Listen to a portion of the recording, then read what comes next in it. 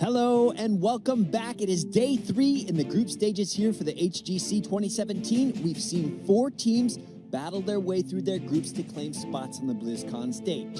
MVP Black and Tempo Storm from Group A, followed by none other than, oh gosh, total blank guys, excuse me.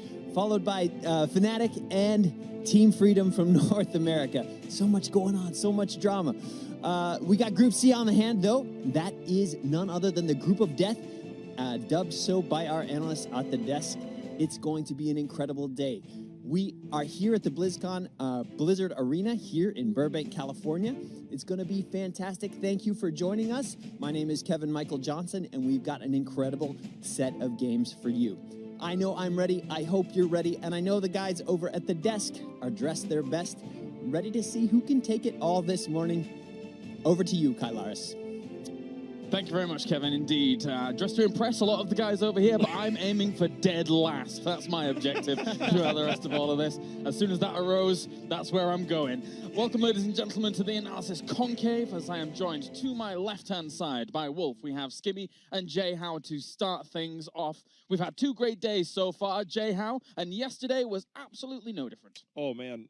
There was so much buzz here amongst all the casters and everything that yesterday was like the most exciting day. Yep. Even the series that we had to close out yesterday was probably the best series we've had, but we're only halfway through. I'm excited for today. There's a couple matches today. I know we'll get to it in a minute, but I am excited for today's group. As he said, Group of Death potentially. Mm-hmm. Yeah, I mean, to really follow that point up even further, a lot of people had dismissed Group B as a bit of a boring group. It was a foregone conclusion. Fnatic going to steamroll through. Team Freedom most likely going to be that second place spot. Team Freedom showing a bit of signs of life like they did at the Western Clash against Liquid as well. So showing up against Fnatic and making the event itself a treat to deal with. Obviously, Darkseid to go out, right. So my ANZ boys are gone, and I'm the one on the desk now, flying that flag high. Well, you know, the casters make it to the finals every time. But yeah, I thought yesterday was a really exciting group for me as well. I thought it was going to be kind of this already predetermined group, and Team Freedom was the one that impressed me the most out of all those teams. Yeah. I think tonight's really excited because Tempest comes in as the 3rd seed from Korea. Korea's always been a very dominant region in terms of HGC history, but will Tempest be able to get through the Korean killer in Dignitas? And I think that's a big story for this group. Yeah, definitely. Let's take a look at the prize pool, how it breaks down throughout the entirety of the tournament. First place, $500,000. Second place, $200,000. And from there, we accumulate all the way up to $1 million. Very happy to see that kind of tag here. Not only that, but also the prize of becoming a world champion on the line as well. So gentlemen, we're moving swiftly on. As our lovely gentleman on the stage mentioned, it's Group C, and that C stands for one thing: death. Carnage would be my word, really, for the C there. Absolute bloodbath at that one. I mean, a lot of people have been saying this is, you know, Red Canids coming into us thinking, wow, how do we try and topple this this 3-man roster from these major regions, which are all so dominant in their own right? And I mean, it's going to be a tough order for them to try and compete. I'm glad, Skibby, that you could give me that alphabet lesson just at that time. I mean, I wanted to make you feel appreciated, man. We had to get the day off to a good bang. Okay. I think that for Latin American fans, this is going to be a sad day. And I think that for Team Dignitas fans, I think they're going to have to hope that Dignitas can live up to what they did at the mid-season brawl. Yeah. For those who remember, I was very sad watching at home when Korea did not win mid-season brawl. People say Fnatic defeated the Koreans, but that's not true. It was Dignitas who defeated the Koreans, and then Fnatic defeated Dignitas in the end. So that's why in Korea, everyone dubs Dignitas the Korean killer. And if that story comes true tonight, could be some sad Korean fans as well. Maybe. I feel there's a weird thing. I know we're going to get into it later, but there's a weird feeling about this meta. I've been really thinking hard about this, trying to study old Tempest, old things like that. This meta, they have a chance to come out and surprise. We'll see that later, but don't sleep on any of the 3 teams. This is Group Death for a reason. If you were to say, hey, can you confidently pick 2 out of the 3 that you anticipate? Obviously, Red Cannons, probably not, but I would not even dare to guess today. But I mean, right now, NA are the strongest region. Right? We've got 2 teams from the NA region already at BlizzCon, only 1 from Korea, 1 from Europe. So surely like NA is the strongest region, no?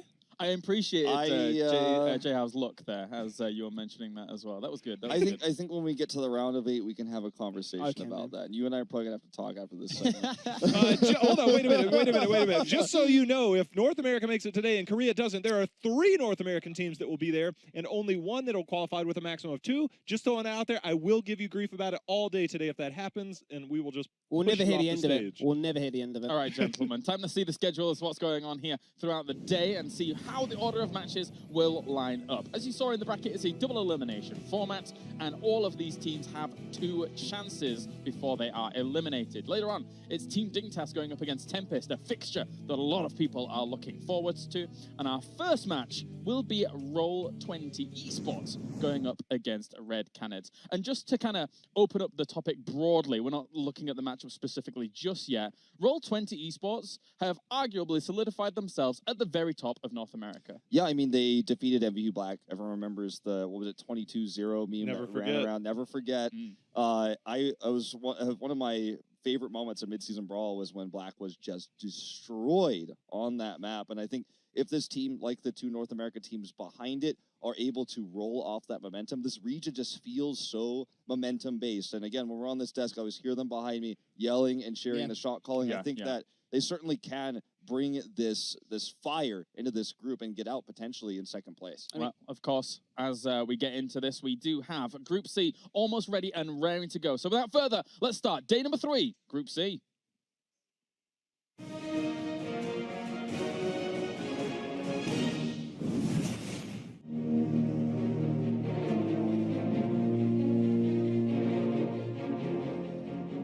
To prepare for this championship, we didn't have so much practice because our region is a little bit weak, so we pretty much don't have another team to practice. So we pretty much play some hero leagues and watch some VODs, and that was our practice. I think all teams in your group it's really strong. The other people call your group it's the group of death, because we have 3 teams really strong and 1 minor region, it's us.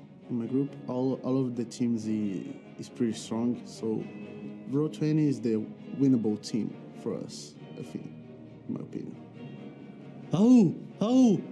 Red Canids! Yeah.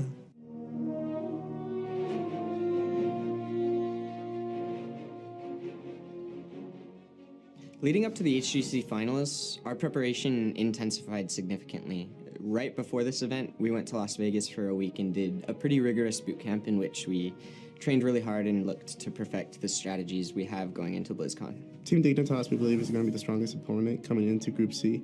They've definitely improved a lot. They definitely look stronger. And they're here to win Blizzcon. It's not like they're weak. And through a bunch of power rankings, they're really highly rated. So they're definitely going to be the hardest team we have to face. Something interesting that my team does before a match, a pregame ritual specifically with me and Justin, is we'll do the fast part of Rap God to warm up our communication, and it also just kind of sets the mood to be a little bit more goofy and makes everyone relaxed on stage. So that's something we do. Let's drop the beat! Okay. Samalama Dumalama, you assume, and I'm a human. What I gotta do to get it through you? I'm superhuman, innovative, and mid-rebel. So anything you say is ricocheting off of me, and it'll go to you. I'm devastating, never one demonstrating how to give a an audience a feeling like levitating, never fading, and another hit is off forever, waiting for the day that they can say I fell off. They'll be celebrating, but I know the way to get them motivated. I make elevating music. You make elevator music. Oh, it's too mainstream. Well, that's what they do when they get jealous. They confuse it. It's not hip hop. It's pop. Because I found out hell way to fuse it, and I'm done. I can't do anymore.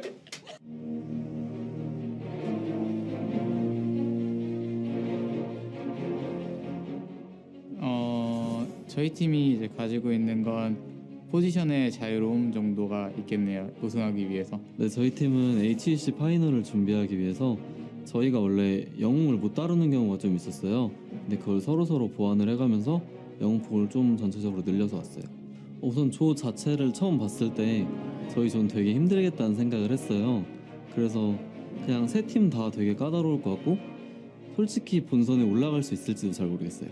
지금 유럽 팀들이 쓴 아나가 좀 더 까다롭더라고요. 그래서 아마 상대팀이 아나를 많이 쓸 것 같고 저희는 그거에 대한 대처를 준비해서 갈 것 같아요.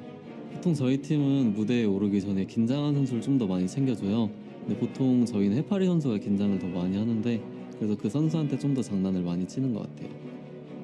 무대에 올라가기 전에 피제 스피너로 좀 마음의 안정을 찾아서 불안감을 없애는 편입니다.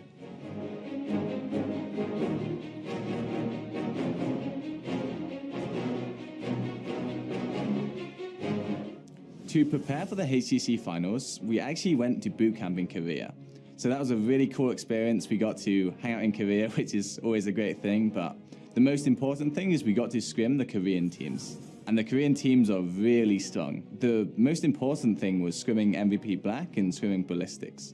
Both of those teams were really, really helpful. They showed us a lot about how they played the game and how they rotated, and we learned a lot from them. It's tough for me to grasp which the strongest team in our group is. It's definitely a coin flip between Roll20 and Tempest. I think it would just come down to who's more prepared to play us. I think we're definitely excited to play Roll20. We have a lot of camaraderie between the two rosters. I'm really good friends with Glaurung, for example, so it's always fun to kind of play your friends on stage and have this, rivalry show up in the game. So I'm definitely excited to play against them again. I think we definitely have the hardest group. And it's the hardest group even once you get out as well, because we haven't got the best teams, but we've got the dark horses, the scary teams. Roll20 are definitely the best team from North America. They've looked really strong this whole part, and the style that they play is really different from any other team. So we really have to keep an eye on them and make sure they don't surprise us. Tempest is very much the same. They're definitely different from the other Korean teams, but the rule mechanics that they have always makes them a scary team to play against, no matter what the meta.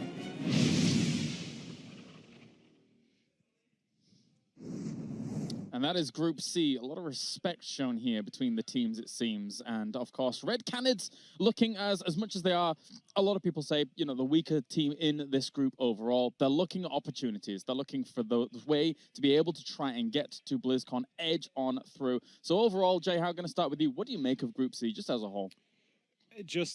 Very different play styles between Roll20, between Dignitas, between Tempest. Tempest, you talked about their flexibility. I mean, sometimes we see Sign, their tank player, play Tracer, things like that. That's not normal, right? They talked about their flexibility, but they're a very aggressive team. Dignitas, very macro-oriented team, and Roll20 is a little bit of blend of both. When we get to that set, there's a lot I have to say about Roll20, but it's very different play styles. Obviously, Red Canids a huge dark horse in that, but again, a wide variety of play styles really stands out to me in this group. And what I think personally for me is the most interesting is both Roll20 and Dignitas have kind of written Tempest off as they are the weak link. They are the one that are going to come third in this group. And you were discussing off air before a little bit about the last time this happened at a summer championship, they were the ones that actually took the full thing. So if you do dismiss them, yes, they are a major region. Yes, they are a strong Korean team, but you can't just let them go for free. Yeah, and as JL was alluding to earlier, we're seeing a lot of Tyrael. Lucio, I feel like, is a great hero for a Tempest meta, right? And running these solo DPS double support comps, I think Tempest is really strong with that. And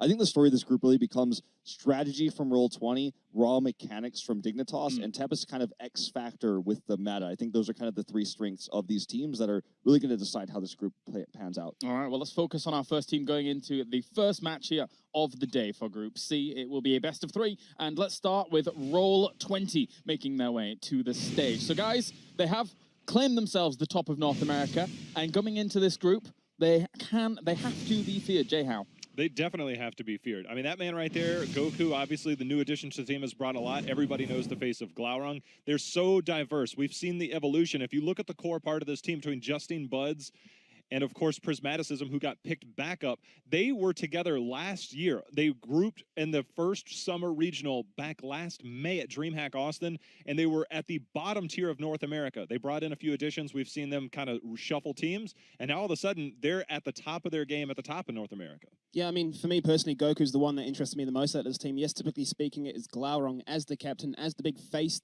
almost like the face of NA, as a lot of these teams have told us going into this one. But, for me, the personal investment for Goku is the fact that the team have actually described him being a backbone. He's the one that brings that morale up, makes everyone sort of feel the energy and almost like de-tilt, so to speak. And I can sort of, on a personal level, connect to that a fair bit myself, because that was sort of the same role that I had when I used to play professionally. And it's a good vibe to have when you are friends. You can see it on the stage. They will play better. Yeah, and I think Goku, he talks about soul laning and having that matchup. He always talks about how he likes to play it as if it's a 1v1. He doesn't like when there's lane swaps or it's a winning or losing matchup. He just likes it when it's even. I asked him if you could, what would you play if you had to play against Sonya? Would you just prefer to play against a Sonya? Could you rather? He's like, that's exactly what I want. I want it to be even, Show those no mechanics. matchups. Yeah, he said he liked to play against people from all over the world, and this is one of the rarest cases to be able to play against a Latin American team, so it's got to be exciting for him going into this one. So he's asking for all quick match, nice. Okay, so let's take a look at their opponents coming in, as it will be Red Canids on the other side of the battlefield, ready and raring to go. It's a tough group for them to start things off here for Red Canids, but they did mention, Skimmy, that Roll20 was their one opportunity to try and gain some traction in this group. Yeah, I mean, I find that that sort of statement personally quite interesting to go based on. I mean, they've had a few roster swaps over the year. They've had a bit of a rough year at that as well. Yes, domestically they performed pretty well, but when it's come to the international stage, they've shown signs of life. They've shown some good performances up against some very strong teams like Fnatic, but they've never been able to actually clinch out a full series. So it's interesting to see they have that confidence. Minor regions, typically speaking, can have that. It's whether or not it's actually deservable or sort of justifiable confidence. I think that we do have to mention as well as every team has the arm crossing pose before we go through. That is one of their greatest strengths. These guys are okay. Like, these guys are physically fit. All right, these guys have a good attitude about the game. It feels like a tragedy for this team, as mostly the same roster we've seen at international events since Korea 2016 Spring Finals. That guy especially. Yeah, there you go. He's showing the guns. People, if you're not familiar with this team, we've seen Shrite at all the international events. He's a very familiar face, very recognizable face with flexing with the guns and everything.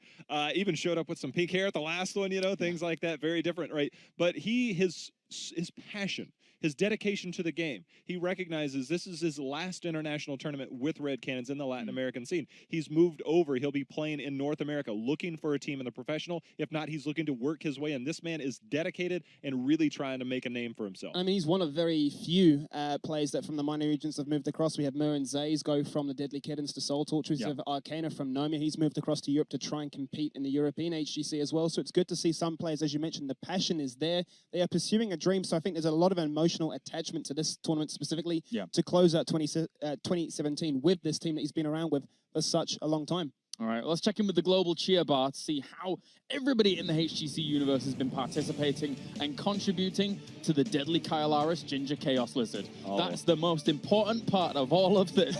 I digress. But overall, everybody out there has been contributing endlessly, and you can continue to do so in the chat as well, so make sure to get involved. And it's always so much fun because you can get yourself banners, you can get yourself some sprays. We saw a lot of that spraying action yesterday in some of those games. Yeah, and I think it's not just about the lizard, okay? And it's not just about the in-game goodies. It's about supporting these teams that work hard all year long, and I think this is the greatest opportunity you can give back to a team with is to... Actually, I just really like spraying. There you go, fair play. Well, all right. J-Hal's a bad person, but you want to support a team, you know, especially in a group like this where there's a clear underdog that is very unlikely to get out of the group, you know, and you want to go like, well, they're out of the group, they played one day. They could upset, sure.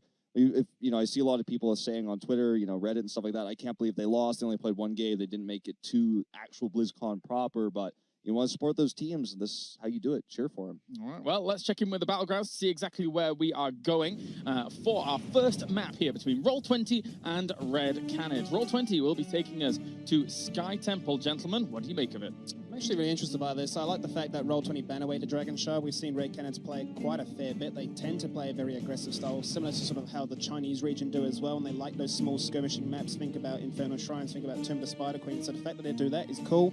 Sky Temple shows to me, as you were mentioning, that blend, sort of hybrid build that Roll20 have between macro, between aggression, usually sets the tone, especially for those Korean teams. Yeah, I mean, historically, Sky Temple has also been a map that teams have picked. When you look at Korea and when you look at Europe especially, a map that you pick when you feel like you're massively the favorite. It's a map that can snowball way out of control early. They know this team is not the team to be afraid of. They don't want to show their strategies here. They want to take this game early, and I think that's one of the plans here behind this map pick.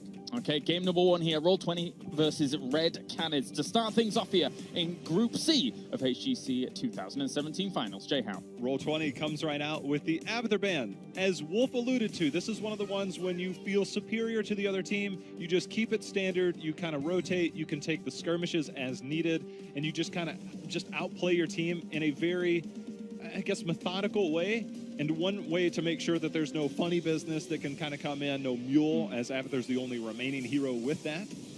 Just take the weird stuff out and keep it standard. I think one thing that has been successful for Red Canids when we've seen them on international events is actually like full-on aggression. Yes. Just get in your opponent's face. And I think that's where they found the most success. Do they just try and draft around that here for their last hurrah? I mean, typically speaking, yes, that's the case. I mean, I've seen Jay Schritt always go for something like the Vala, like the Lunara, like the Greyman. He wants to be that focal point of the team. They tend to build around him. He tends to be the one that goes and causes some chaos. And I like the adaptation already that we've sort of seen this meta that's developed during this tournament with that Brightwing as that first pick.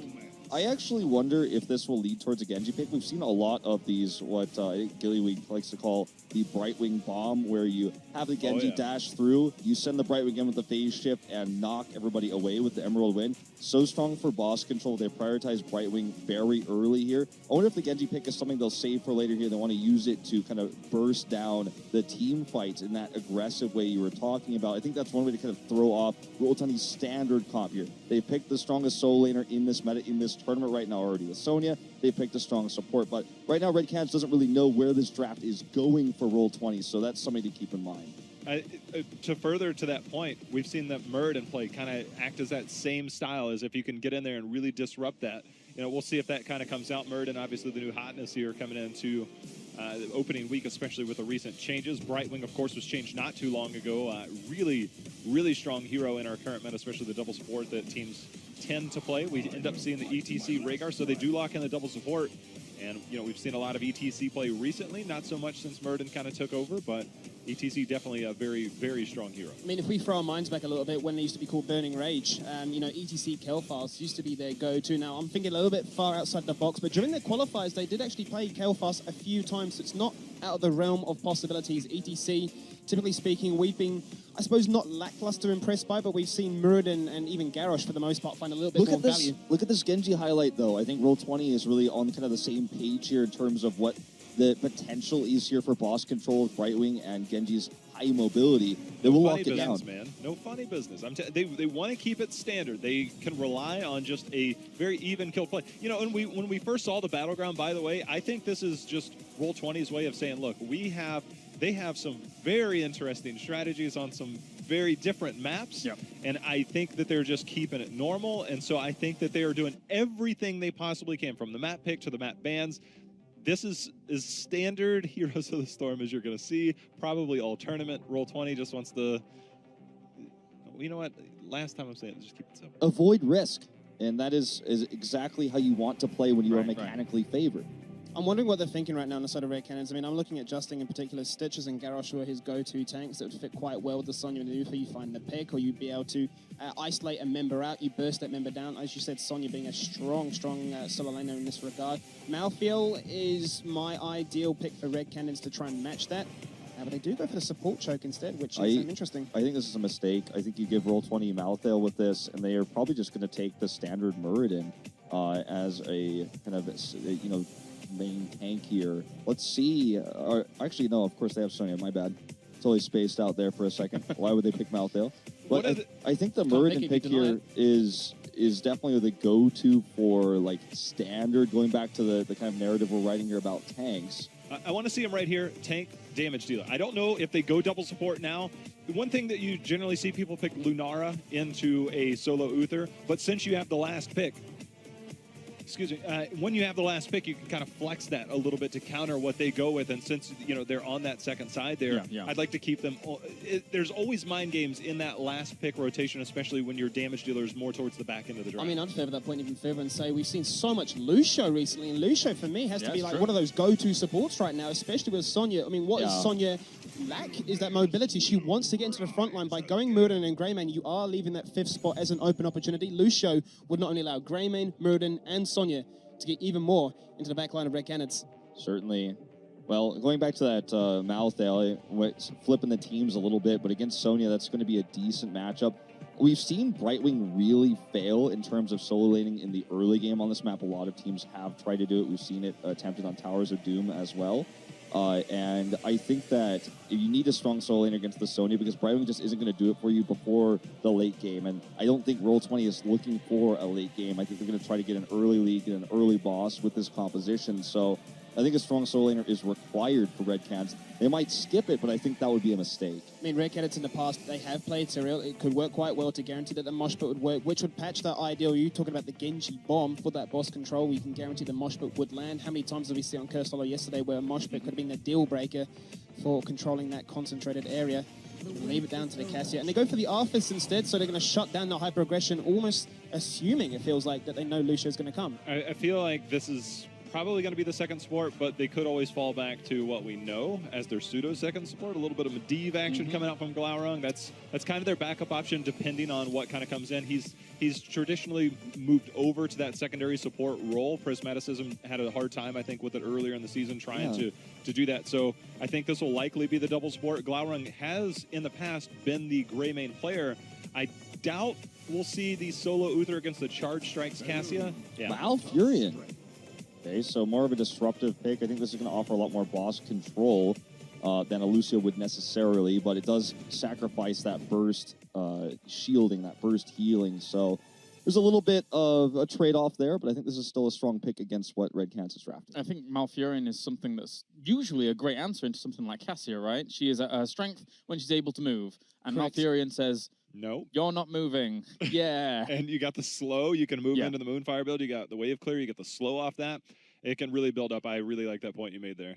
So looking at the overall power here going into this, I think a lot of people, it's no surprise, you know, we'll be looking at Roll20 to be able to breeze through this and almost see it as a hurdle. But how do you see these two rosters stacking up against one another with the picks that we've received? I mean, for me personally, the solo lane, as Wolf was touching on before, I feel like the solo lane is really strong for Roll20. If they can build a lead in the early game, they'll command the first set of temples. They'll go into the second set of temples, potentially hitting level 10. That big power spike allows them to the boss. They can snowball from there. It becomes a big macro game, and very hard at that stage to try and lose a map like Sky Temple, given the objective is to take down those sieging structures. Yeah, I think Roll20's, they've set themselves up for a perfect almost recipe for success. Follow step 1, 2, 3, 4, and you win the game. With that in mind, of course, the Brightwing that's there, the Cassia, these things can help control the boss zone. I think that first boss is going to be the real big determining factor.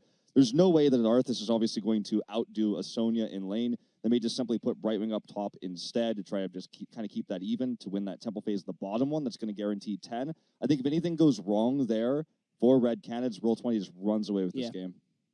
I'd say 4 to 5 minutes in, it's really hard to explain, and we're wrapping this up. It's really hard to explain, like 3 to 4, 5 minutes in, you can pretty much determine, like, is it going to snowball, yes or no, on a map like this? The key point that you can focus on, if Roll20 is hitting that 10 spike right around that second temple phase and transitions that into a boss, it's going to be a tough game for Red Canids. I mean, even if the focus is on the bot lane just in general, then you know that maybe there is going to be some shenanigans on the way. Of course, you can vote in over at Twitter as well with the hashtags for either of these teams, and you can get involved with the hashtag HGC as well as @Heroes Esports. For now, our commentators are ready and good to go into our first series here for Group C, so let's head over.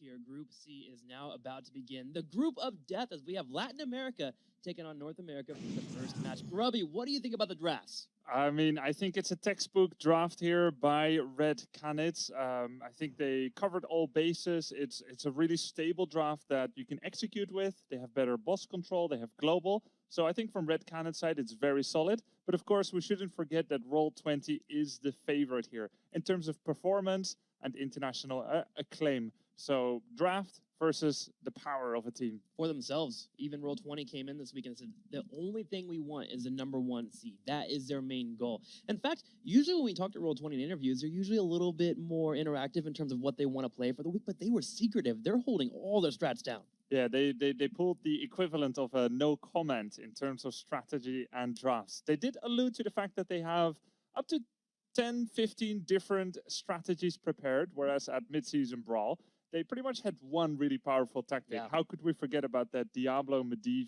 good game play? But they say they have many things like that now. But they were very keen on not showing too much versus Red Canids. So in a sense, this is a handicap match for them. And for Red Canids, it's full steam ahead.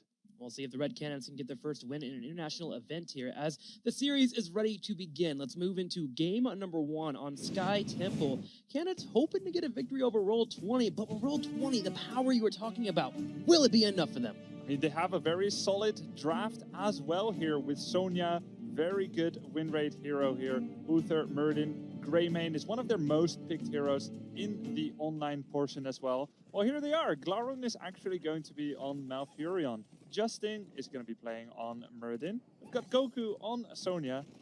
Of course, we've got Prismaticism on Greymane, and to route things out, Buds on Uther. They are Roll20 esports, the #1 American seed. It still weirds me out to see Glaurung playing a support when you're used to playing Zeratul and such. Very similar to Mene playing a support from Dignitas. Let's go ahead and move over to Red Canids here. In the red, Jay Strito will be playing the Rhaegar. Vieira will be playing Brightwing. Julin on ETC. Going to be having Fury on Arthas, and Mures will be your Cassia player. So first of all, since there's more globals on the side of Red Canids, they actually have the potential to do an early game tower cheese, as it were, to do a kind of 4 or 5 man attack on the bottom tower. The thing is, though, none of their globals can actually make it anywhere yet. ETC needs level 10, Brightwing needs support. A 4-man tower attack at the bottom would have been a nice way maybe to get a lead and then pop over Brightwing to the middle, split off to the top, but none of the teams went for such an early advantage yet, just very much feeding each other out. I am very curious with the laning in general. Cassia finally getting a Rhaegar to come put her on the top side as Justin jumps in, misses a Stormbolt, while Jay Strita and crew are looking for a kill. They move in. Here's a power slide from Tulin. Facing to pop him back as well, and surprisingly, Red Canids come out and get the first kill of the series. First blood, very nice here. Unexpected. Red Canids playing with some fire already, and this was the laning that I was looking for. Bring the double support in with Cassia. Usually you want to use that nice early game strength from Cassia, the charge spikes, break down turrets, get that experience, and Red Canids seems like they actually kind of feinted that by having a weird lane phase, like putting Cassia out in the top as a bait, putting Roll20 in a weird spot where they went for the kill and just couldn't get it. Yeah, that was a nice little surprising factor. Not going to, let's say, the least contested lane, right? Yeah. With such an early heavy push tactic. Now, the experience you get from an early level 1 kill is fairly limited. You see the bars just slightly ahead, but this can translate to additional advantage. It really depends whether you're going to leverage that. The windows of earlier level 4 are very small, and it's even determined by the fact whether you will clear a minion wave faster than the opponent or not. For example, you see Roll20 will actually reach level 4 first. So this is not an early game that you need to worry all too much about. Part of the level 4 coming on early for Roll20 was there was some confusion between the Arthas and Brightwing. Who's going to hold middle lane? Who's going to do the double soaking? Eventually they got to a point where Brightwing would do that double soaker and they brought Arthas to the top. And now Red Canids are looking to focus Roll20 at the top. A Howling Blast connects and Buds on Uther falls. Prismaticism trying to run away, but in comes Tulin with the power slide. Justin, can he get away? The whole team is after him, but they are just out of cooldowns. If we just had a few more abilities, we could really kill that Muradin, but it will not be that case. Still, that's a 3 versus 0 takedown scenario. And I did not think we'd be saying that today. I mean, you look at the past history of the Red Canids, and let's be fair, their track record hasn't been the best. Yet they're coming into game #1 here, and they're looking very similar to what we saw at the MSB when they faced MVP Black. They actually got a couple of kills. We're moving into the late game. Can they take this tempo that they have earned against Roll20 and keep moving forward with it? That is the question. That is 100% beyond a doubt exactly the question. Take a look at where most of the player base of Heroes of the Storm plays, right? Hero League, you get kills, you can get drunk on victory, but kills mean nothing. They are just a means to an end. The goal of the game is to destroy the enemy core. And in order to get there, you need to destroy all the buildings in one lane that are in front of it. Those pesky buildings, man. Those pesky buildings. You got to take them down every time. Start over from the beginning. And if you can get hero kills, that is the means to an end. You create space, you get experience, but you must use it. What kind of push will Red Canids be doing? For now, they're deciding to get the Bruiser camp and the Siege camp now, but they're not really doing a lot of vanilla-style pressure yet, where they're taking down a fort. They got a few lasers from it, but the top fort is still intact. And so long as that remains, Roll20 doesn't suffer too much in the experience department. Still intact, but very weak. Couple of hit points here, and Brightwing is the one that's going to intend to grab that fort, particularly before level 10 hits, giving a nice little boost here to the Red Cannon. They put Brightwing up there. Sonya and Malfurion were holding that for defense, but at some point, Roll20 has to rotate down towards this next temple. And that's where Red Canids can strike and try to get the experience you were talking about. Exactly. This will be the type of play that Red Canids will need to try and do, divide and conquer. For now, big 4-man pressure at the bottom lane with the siege camp here, really popularized by L5, by Ballistics at the about a year ago, this kind of style. 4 versus 3, you neglect a lane or two for a while, but you try to get down a few towers here as the next temple in the bottom lane can do additional damage to take down that fountain. Can we look at the top lane real quick? Actually, Mount Furion has gone for the Moonfire build, and he has taken Brightwing and pushed her across the map and gotten straight to the fort. Hang on, though. Bottom side, Tulin's in trouble. Willpower slide away. Mount Furion was in a spot where he was initially defending against Brightwing, but because of that Moonfire build, he's being brought up in that top lane. He's actually a bit of a bully. Yeah, getting that Lunar Shower with the bonus damage at level 7, it makes him actually a really good damage dealer, which is why it's not quite as weird to see someone like Glarung on that support, as Malfurion is kind of like a ranged assassin in that sense. Now, Jay Schritzer definitely too far forward. Don't know what he was thinking there, but he will get saved by the porting from Brightwing, the blinds of Cassia, and the furious counter assault is very real. Murden goes down, and now we're starting to look at, will they dare to take the boss? Now, I think that window is too small, Trixler. It's a little bit on the smaller side, but when you think about it also, you have Emerald Wind and now Moshpit. I was thinking maybe we can get that stage dive, but Moshpit here and an Arthas, you could go for it. I would recommend maybe moving in and grabbing this tower first as fort, just trying to get a little bit more map control, and then maybe think about it if you can get a kill or two. No kill really presenting itself here from Roll20 as they play safe, so Red Canids will just have a fort on the bottom taken away. Yeah, limiting your losses at Roll20 is of quintessential importance here, because if you actually lose another member, that boss becomes a doozy, an easy choice.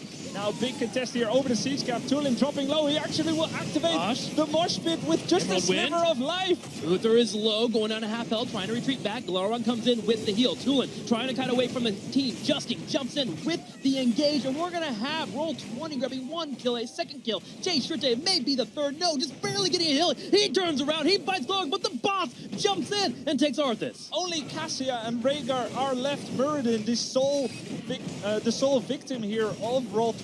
They will get the boss in an epic turnaround here, an invasion over a siege camp. So much grief, Trixler, has been had over the enemy siege camp on this map. It's not really about that camp, right? People will say, okay, why did you fight all just about a camp? But what they're looking to do, of course, is to have a surprise attack with positive numbers, 5 versus 4, but it really turned sour in their mouths here for Red Canids. And it's a natural concave too there for Arthas to walk into. The problem is Arthas was a bit too late there, and we saw Tulin be a little bit too far forward, and that's what really developed in the Roll20, getting the win in that team fight. Justin jumping in, identifying that the tanks were separated, and Brightwing, try as she might, wanted to separate everyone, and of course get the fight to go their way, but it just did not pan out well. And now Roll20, with one team fight, turns this game around. Tulin once again getting bullied here. The cow clearly not a holy animal in this world as ETC gets taken out. He has not been having an easy time here, and Roll20 is going to capitalize off of that. Take enemy bruisers, take down the top fort, leave the bruisers pushing the top keep wall, and then they can go anywhere. And why not to the double temple phase? That's right, and this has been the issue with Red Canids in the past. They may have a strong early game, maybe get a couple of kills, show that aggressive flair that can be effective if you're able to pull it off. But moving into the mid game, there always seems to be a disconnect. And they talked about this in the interview. We are always bringing a new team to an international tournament, and it feels like when everyone else takes 3 steps forward, we only take 1, because we always have to start over again. And it's being put on full display right now. Yeah, definitely they are learning. Every international event, they look a little better. Like you said, unfortunately for them, the other teams are learning at a more rapid rate, coming from more competitive environments, better practice areas. So Red Canids said that on a perfect game with a good draft, they can take out some of the best teams in the world, but they would need to, in a way, get quite lucky. But they'll just play their game. They don't have much to lose. Exactly, and they are playing the game right now here as they grab the bottom temple. It's working on the fort. Between these shots, they're able to grab the entire laser duration. They'll be able to grab the middle fort and the top fort, which is very helpful if you look at it in terms of infrastructure, quite tight. Power slide coming in from Tulin. Instant mosh pits right here on the side. Sonya will be the target, but a divine shield will save her. Goku still alive with Sonya, putting in some heavy hurt there, using Whirlwind, but getting away from Arthas there. Glarung gets taken out. That's an Arthas with Icebound Fortitude and Ghouls. Tulin Can Tulin stay alive? Ancestral healing! Buds isolated away. There we go with the polymorph, a little bit of slow. Rhaegar as well. Tulin should have power slide up again. And he misses it. Bud's just buying time here, so Murder can run to the bottom and maybe grab a couple of those shots. How cheeky. Very cheeky, but Red Canids, this is what I want to see from them. They identify that. They stop chasing once they miss that Stormbolt, or miss that engage, so they come back down to the bottom and then grab those shots. They are behind a level, but still, they're identifying where they need to make sure not to get greedy, and they didn't chase that away.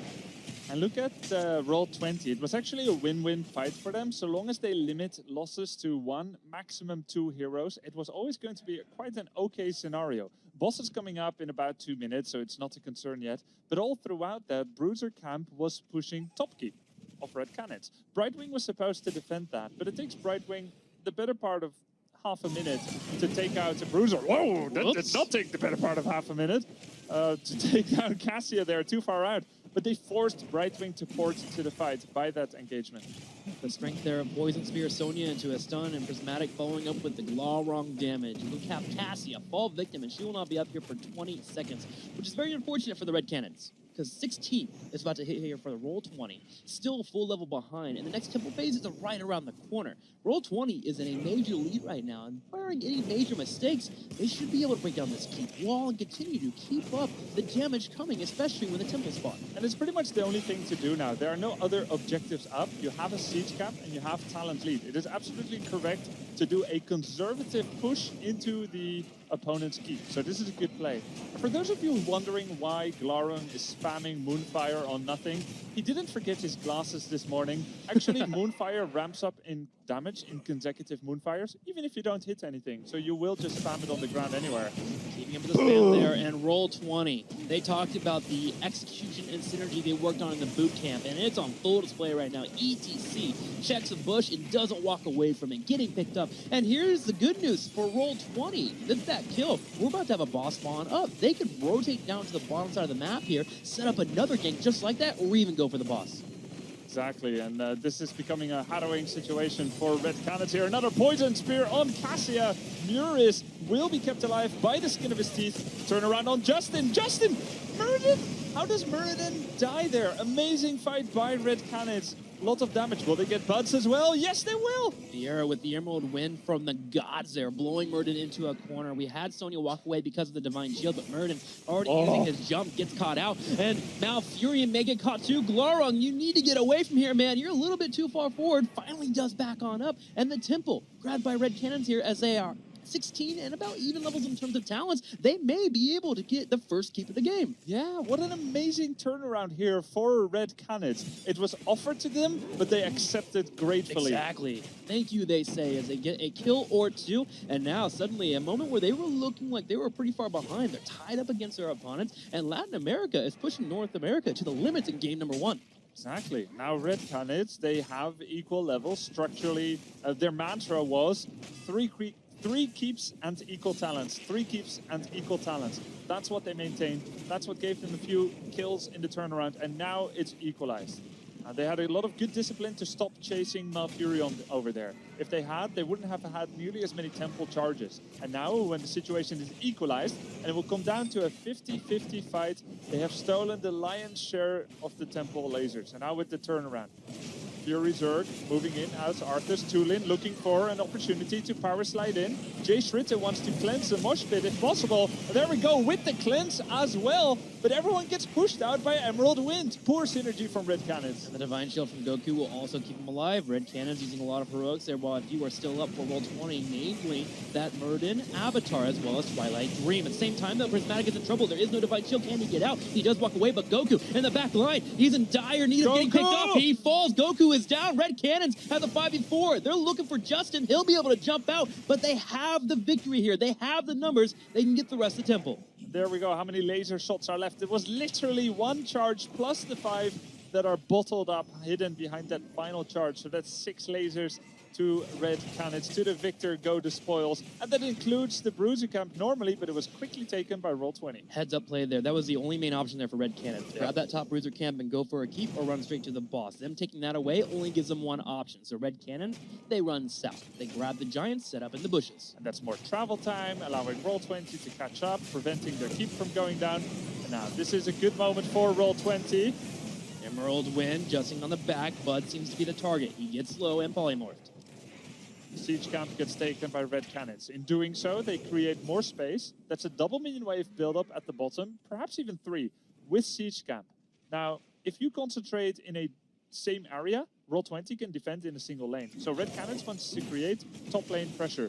They will get the Bruiser camp. They will need to do so very carefully because they don't want to give away boss. So a quick Bruiser camp, a little bit of Brightwing pressure on the top Bruiser, and then concentrate around the boss. And Roll20, I guarantee you, they do not want to actually do this boss. They want Red Canids to pull back from those plans. They have succeeded in doing so. Bruiser camp is abandoned, but Roll20 actually does go for the boss. This is very surprising to me. They got it under half health, so they're committing here, wanting to fight before level 20. We do have the boss being picked up. Justin jumps on in. It's not challenged fully here. Massive Twilight Dream, but the Ancestor Healing is going to help out here, and Red Cannons are trying to grab the boss. They'll get it. They keep charging forward. Goku has to run. This is no joking matter. Red Canids take the boss, gratefully taking that which Roll20 had started.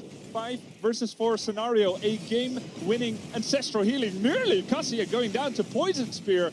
But Goku, he nearly had that window, but instead he will die. A most painful, staggered death. And another step closer to level 20. And at this point, Red Canids will be farming for level 20 with Brightwing, quickly poured back. I mean, I think the call here has to be to go for the core. I think so too. I mean, I don't know why they're still playing value play on the temple. Trying to get some damage here, going for the power slide. 2 will get knocked back. Now Fury uses the ice block. 2 is low on mana, but it doesn't matter. There is a win. Glorong gets flung across the map. Buds attempts to escape. He will get away, but Red Cannons, they have the core in their sights. And there's only Prismaticism and Buds to defend. Uther and Greymane. In comes Muradin again, but the boss is here. The minion wave. Don't forget about those archers. They do much as well. 50% core. 30. It's dropping more and more. Red Cannons, they have done it. They have come out and got their first win at an international event against the best team in North America. Amazing. They had not yet won a single map on the international podium. And now, at the very ending of Red Canids as we know it, with Jay Schritter moving to North America, suddenly they do it. Amazing. Yeah. What a statement. I think many would look at this group and say, Group of Death plus Red Cannons. Red Cannons came out and said, hey, we're a part of this group too.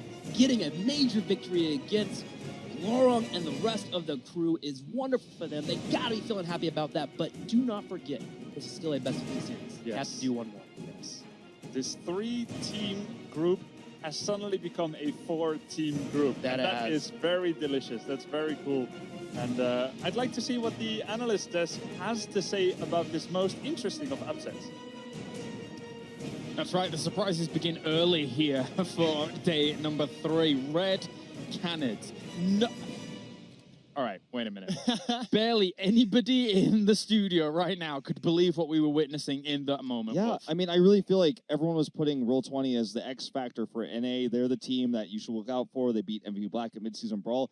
I think this game completely changes everyone's expectations. Sure, Red Cannons, they played well, but I think this game was very sloppy by Roll20. And I think a lot of people are touting now Red Cannons is like, oh, they're stronger than we thought. I'm thinking Roll20 is weaker than we thought. I mean, Jay Shred went into that one saying, look, I think Roll20 is actually going to be the easiest game. And we're thinking, okay, come on, settle down now, minor region. But they actually went in with the aggression. I said, you know, Roll20, they need to win that early game. Yeah. We didn't really see that punishment come across like we thought it would do, right? And we're on the edge of our seats at this desk thinking, oh, wow, Red Cannons are actually bringing the pain. I think the factor was the tanks, for the most part, Ancestrals were always finding value. They would survive. The Muradin factor being such a big point. But Brightwing, we were saying, must be the standout from this tournament, having so much value. The Emerald Win always cutting members apart. They get the pick and they run with the wind. Yeah, I think you got to ban the Brightwing now, right, JL? I really feel like Brightwing coming into this, we saw a minor nerf like just a few weeks ago. I was like, dude, that had to happen. She was really crazy. Actually, Caleris, while we were off stream, was like, you know who the best hero? Like, you're arguing Lucio, and Caleris is looking over. He's like, you know who the best hero is? This is before the game started, he's like, it's Brightwing. And justifiably so. Brightwing has been the standout hero. They found excellent ways to use that.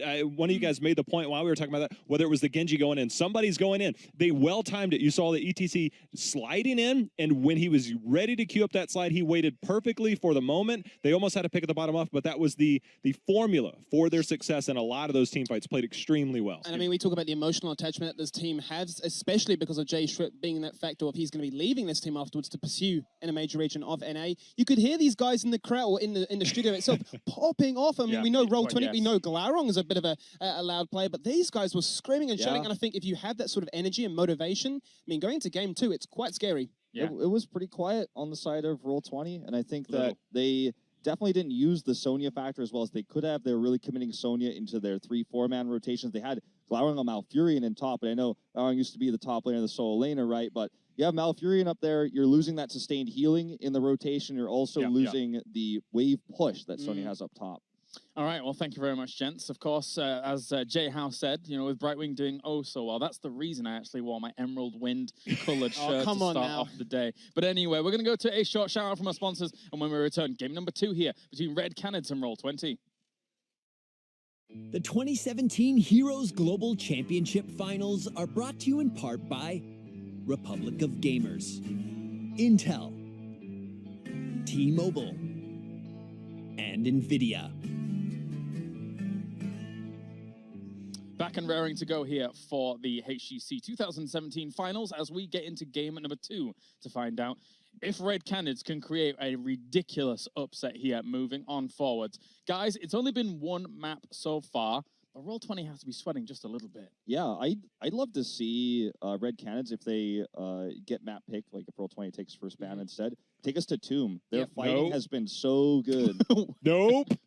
I'm sorry. Why are you saying no? They are okay. Roll20 is okay. We can make the argument for Red Canids as they have historically performed well, just haven't been able to get over the hump on Tomb of the Spider Queen. But that is not a team you want to take. Whether it's the Medivh Diablo strat, whether it's Garrosh, you're going to get punished one way or another. I think if you go against Roll20 on that. We're going to find out where we're going as we do reveal the next battleground going into this best of 3, and then you can dispute it between yourselves. Oh, no! Tomb of the look at this. Red Canids are thinking the same as me. It's I was their thinking the map exact pick. same as well. They're going to Tomb. They understand their strengths really well. They're going to bring the fight to Roll20. And I love this pick. And yeah, you talk about the strategies. You talk about the strengths of some of these wild card picks. You go back to the MVP Black series. Yeah. I feel you, but do you really want to throw these strategies right now against Latin America? I would happily love to hear disputing against this, Jay Howe. Oh, the reason I want to dispute it, okay, so I'll give credit to Wolf in that Red Canid's strengths coming into this is going to be team fighting. That's what they're going to have to do. That's what they did last game. Tomb of the Spider Queen, it's kind of like BOE in the sense that it's small enough that your rotations, you can punish somebody that's out of position. On the flip side, if they feel on Roll20, obviously I don't think they showed any cards in that first game. If they're going to show their cards, it's got to be the Garrosh, it's got to be the Medivh, it's got to be the Diablo, all strengths that have put Roll20 at the top of the region. All right, I want to get into game number 2 then. The draft begins. Roll20 currently 1 game down against Red Canids. Skimmy. Interesting point, though, that we discussed, actually, when we were asking Roll20 before this tournament started, was we have a lot of tricks up our sleeve. We don't feel like we need to use anything to tackle Red Canids. We can play standard. We're a better team mechanically across every board. But you go into the second map, yes, arguably it works for both teams, but you're thinking, hang on a minute. And they also said, to further that point, we have a lot of tricks up our sleeve. We need to secure #1 seed. We have so many strategies available to us that we can afford to use these if need be. Yeah, there's the record, as you were alluding to, Jay, how 9-2 in HGC North America, but that doesn't even tell the full story. They're really damn good on this. Like, I mean, they are dominant on this battleground. I want to put the focal point on the first ban. We saw highlights on. Oh, look at that! They did the research. We saw highlights on the Rhaegar as well. It's always been a staple for Latin America. They move into the TAS, and I think Roll20 is a little bit. I feel like they're definitely shaken in terms of what they're choosing here and how much time they had to take to think about it. They've now given Canids the potential to pick that right wing again. Boss not as big of a factor on this map as is on Sky Temple, but scary thought with how well Vieira played it. There's a... Okay, so...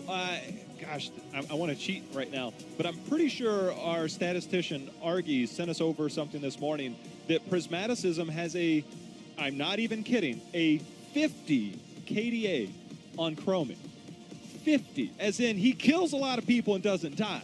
This is a battleground we've known for them to run it on. Yep. And especially the Garrosh, things like that. You want to know why they're so good on this battleground? It's because the heroes that they play, they dominate with them. Might come back to a case of playing what you know and you love. Justin's so powerful in that Garrosh. And as you say, yeah, Chromie, a fantastic pick for it. I do not want to see the temporal loop. If it is Soloing Sands, please and thank you. But there's no way. HGC and Rhaegar's comforts for the Red Canids as well. Yeah, it's the comforts coming through here. We saw, one of the cool things that we saw out of Rhaegar in that last map was really conservative play around the Rhaegar ETC, and also very safe Ancestrals. Sometimes one of the best Ancestrals is one that's a little bit too early because you know that gives you the edge to be able to push further. Is that not every sick Ancestral is one where the player's at 2% health and they go up to full? I like how safe they play around the Ancestrals. Yes, sometimes it's too early, but they never missed an Ancestral, and the Rhaegar play got them a few extra kills with the wolf fights and things like that. They're trying to counter what Roll20 is doing by playing safe to their comfort picks. The next 3 picks for Red Canids will respond to what Roll20 brings to the table. Just so you know, in Phase 2, in 5 games, they played Chromie 4 times. The one time they didn't play it, it was banned out against them. This is Roll20 in a nutshell right now. I'm a little bit surprised at the Genji. I imagine that's probably Glaurung wanting to flex a little bit after that last one. He's like, look, I'm not playing Malfurion in this game. You're not putting me on Malf. I'm going in for the kill. I think that's what we're seeing right now from the Roll20 draft. And I think that it goes back to comforts for Roll20, but it also is a safe play versus the style of Red Canids. You play a more defensive approach with Chromie. You poke the comp that's trying to run at you, the ETC that's so strong in the early game. You play defensively, and Chromie gives you such good control of turn-ins. I think Roll20 is looking to try to deal with that early aggression and push towards late game with the Chromie pick. The Genji is a little bit puzzling, but I think we have to wait and see what supports come with it to find out more. The thing with ETC, and if you look at different regions, you look at different play styles. I like to call it the bump and slide approach, where ETC likes to kind of get in a little bit, just a little bit. He presses W, especially post level 4. It sends most of the members one way, it sends one and isolates the hero, and you get the slide. Garrosh is not that front lane style hero because he's looking for you to step out so he can drag you in, toss you over, things like that. So the ETC into this does have really good value because if he does get the grab, you have an immediate reactionary appeal that can help your team, but I'm not sure if ETC is necessarily going to be the hard answer to get the picks. That's why I think the Chromie control in particular will control. If you're ETC and you slide to the enemy side of the team, you're probably going to get punished. So that's going to be the biggest focal point for me when watching this game. Could you have different iteration and go like crowd surfer to be able to try and negate some of that if you do fall down? 100%. 100% could be a possibility. If you recognize that, I'm glad you brought that up. If you recognize that you're going to have very limited opportunities to get that W value, you might look for opt on the side of safety or maybe a little bit playmaking potential at times with that crowd surf. That's a brilliant point. I was just wondering, I was just thinking for a second as to where Roll20 try and go with this direction. They do decide to ban out the Malfield. Typically a very strong solo laner on this one. You're not really after the wave clear so much in that bottom lane, more so on that 4-man rotation. And I mean, if you look at the first 3 right now that Roll20 have, doesn't really scream wave clear to you. It's all about pick potential, trying to find those kills, trying to command the bridge between top and mid so you can secure those first hand, and you can try and once again accelerate that early game lead to hit 10 first. We didn't see it last game, but so far, as you say, comfort picks to secure. The last 2 will be those flexes, but now it's up to Red Canids. How do they flesh out this ETC Rhaegar? I was wondering if they go for the Brightwing again, personally. I think they are. I think that you're on the same page as me because they removed the Uther, which is basically just a ban on the Dragon Blade, saying, okay, your Dragon Blade's going to be taken out by our CC or ETC. They take Lucio instead, so not going to have that polymorph factor. They have Sonya, which can also help shut down that Dragon Blade. I really like the Uther ban here. And Lucio's going to give them faster rotations. It speaks to how quickly they want to roam around the map and destroy Roll20 by getting those kills. This is an insanely sustainable comp. ETC's healing himself, Sonya's healing himself. Let's go for the other 2 healers as well. Do you want Dahaka or do you want Diva here? I feel like that's kind of been the story of Roll20. If you look back on them historically since they picked up Goku, Dahaka's kind of been there. Dahaka has fallen out of favor. Remember, there was a slight nerf towards his W. They end up going with a Stukov Brightwing combo. They end up going double support. This is not exactly the composition I expected, but I like the control that Stukov and Brightwing give against the ETC that we saw. He was killing it last game.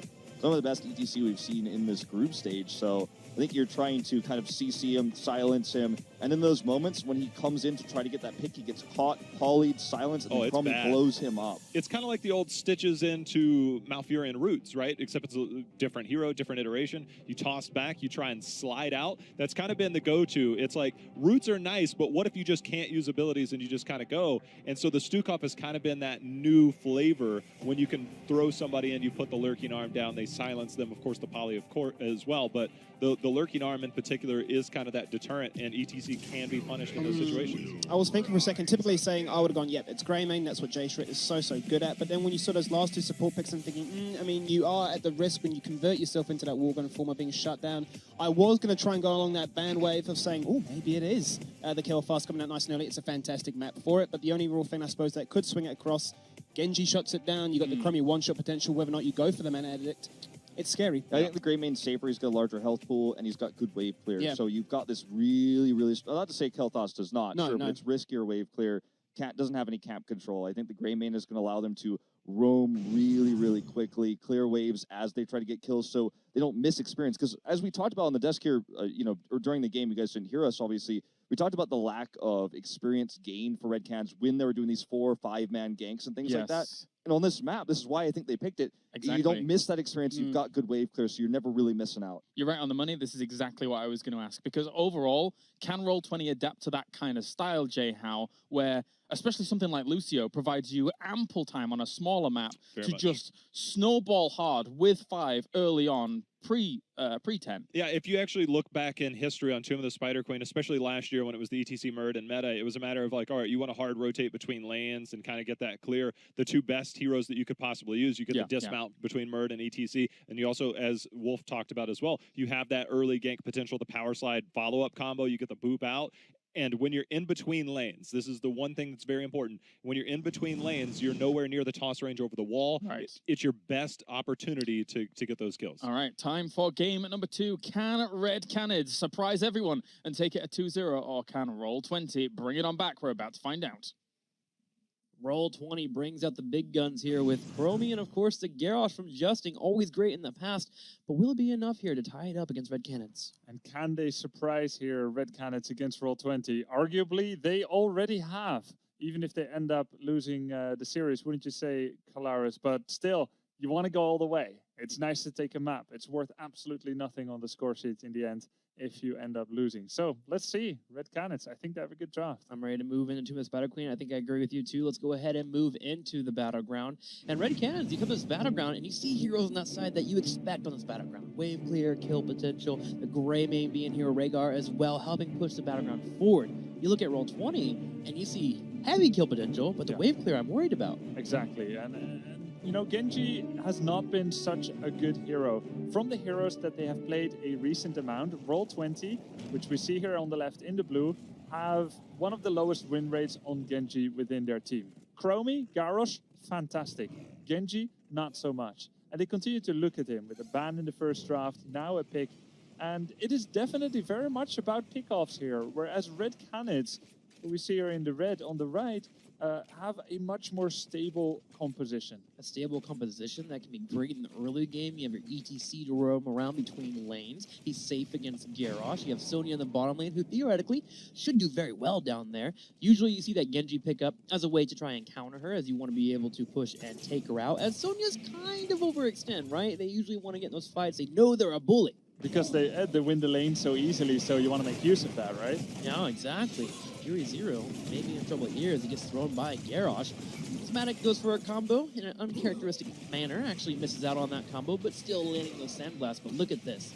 9-0 on the hero. But we can look at past undefeated heroes like the Genji from Fnatic and see that in this tournament, that means nothing. This is Blizzcon. I mean, it means something, right? Exactly. But every unbroken record can get broken, let's put it like that, at the Blizzcon, the biggest of stages of the entire year for Heroes of the Storm esports. This is BlizzCon. Records can be broken and rules can be broken. There on the top is taking some damage from Justing and crew, and it's what Roll20 will be doing. They will be active, looking for these fights. They want to get those engages, follow it up into a silence and then a Chromie combo. If they can land on someone like Lucio here, they could definitely go for the kill. So little timeout there on that Lucio got pulled into a time trap. If coordinated well, that can be a pretty huge combination with Chromie's spells for an easy hit, but cooldowns need to be available. Very hard to pull that off. Put a time trap down, pull a target into it, and then fall up into the Chromie combo. Going to have that synergy from Roll20, which is something that they focused on in their boot camp. So far, nothing really paying off too well for either of our teams. Red Canids, though, have gotten pretty darn safe. They've gotten to a point where they are starting to rotate between the bottom and top, bring all 5 to the middle so they can fight at will if they need to. Yeah, and we saw this last game too, didn't we? Like the ETC at level 5 coming to the top temple with the power slide, getting a few kills. It doesn't get you that far ahead on a map like Sky Temple. What it gains you is laser shots, but you lose lane XP.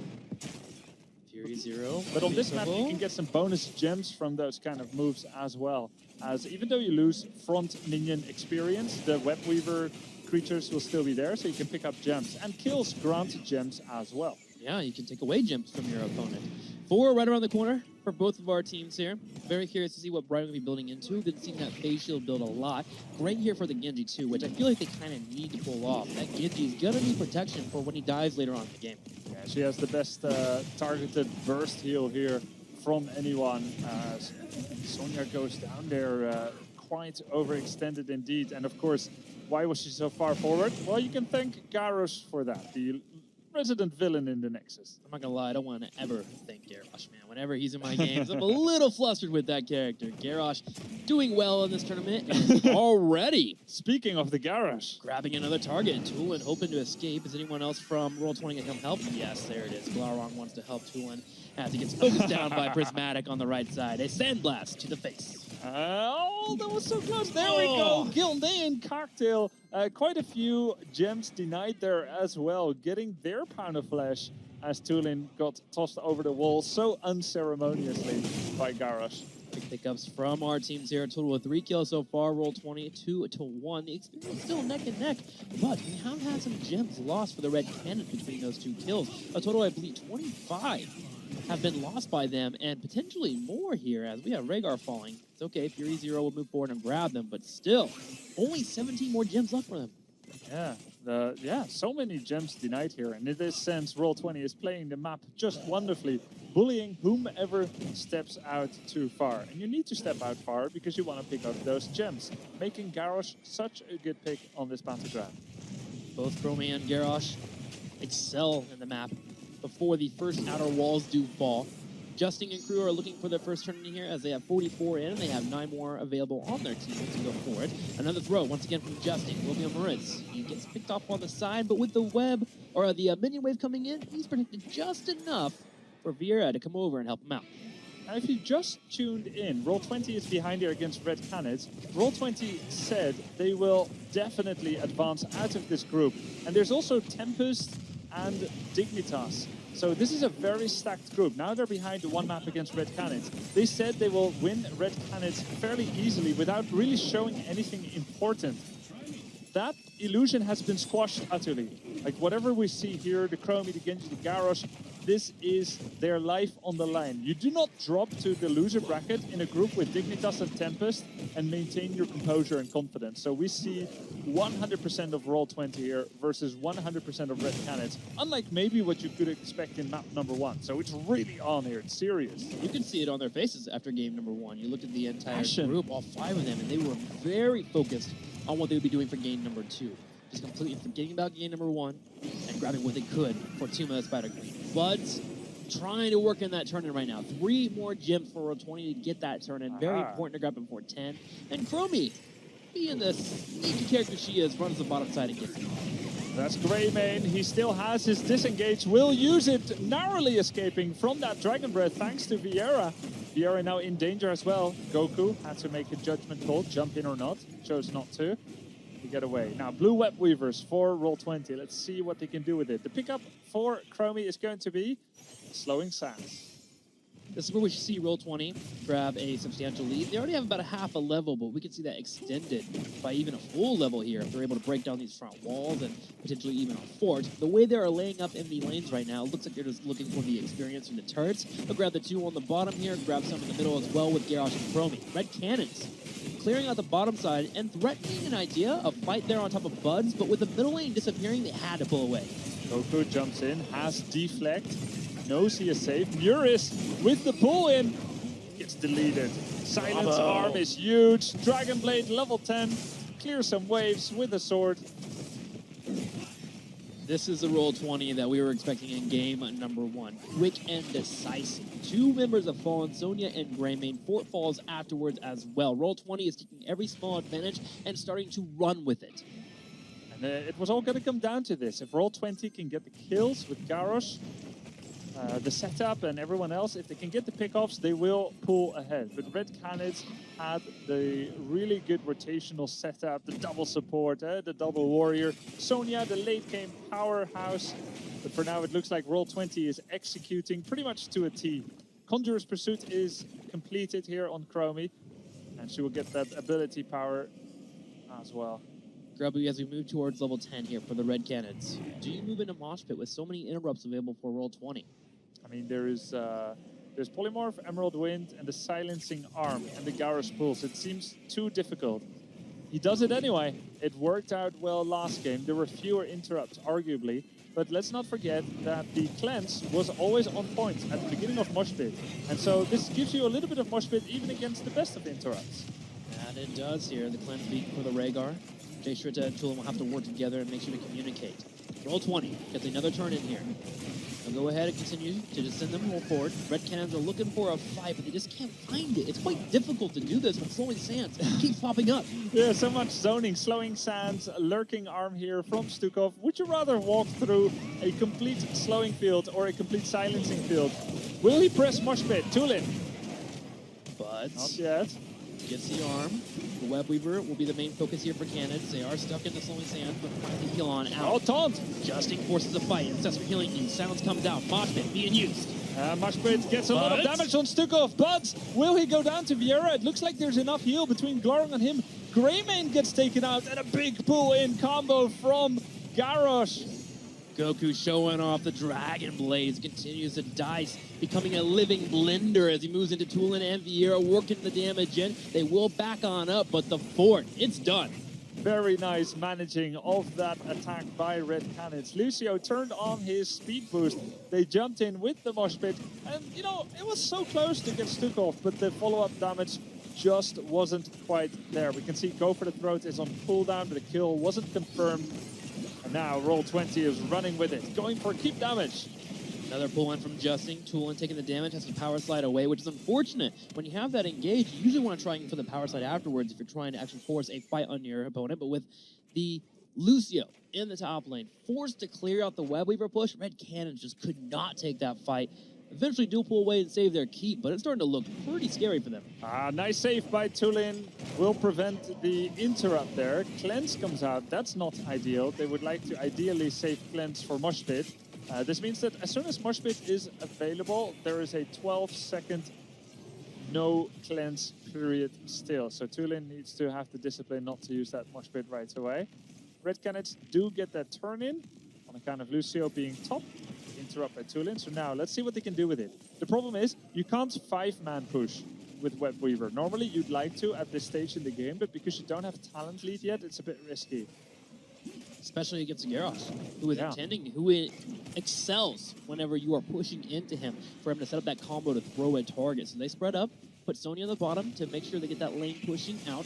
3 are in the middle, and they had 1 on the top to go ahead and push in as far as they can. But Roll20, with the aid of Chromie, were able to burn through that top Web Weaver. Middle is dealt with, and the bottom side should be dealt with as well. Roll20 has got to be happy with this defense. Yeah, it looks like Red Canids is unwilling to push into any gate that is still intact because of the Garrosh threat. They don't know where he's at currently. Now they have eyes on him. Viera, nice dodge. This is the moment here. If Red Canids can find a target to jump onto, this is where they want to fight. They have all 5 here. They have the talent equalized with their opponent. Now, Gloring is doing the value play. He's actually using Brightwing to double lane, mid and top. So Red Canids is under heavy time pressure. They can't let this keep happening. They are strong together as 5. And as anytime Brightwing splits, they need to make something happen fast into the open arms of Garrosh. Tulane gets thrown and power slides out again. Brightwing was near the area, so I can see why he retreated from that fight. Also near gate and a couple of turrets. Really hard to go for that hard engage. Whereas gets chunked and Ancestral Link has to come out. Red Canids does not want to use that heroic ability there. Yeah, not like this. You have double support, and it's the simple poke pressure of Prismaticism that makes them cast it in this way. 49 stacks for Chromie. You need 60 in order to get a shadow of yourself. That does another 40% Sand Blast damage. Not too shabby at this point. Could be better, I suppose, but it's working so far.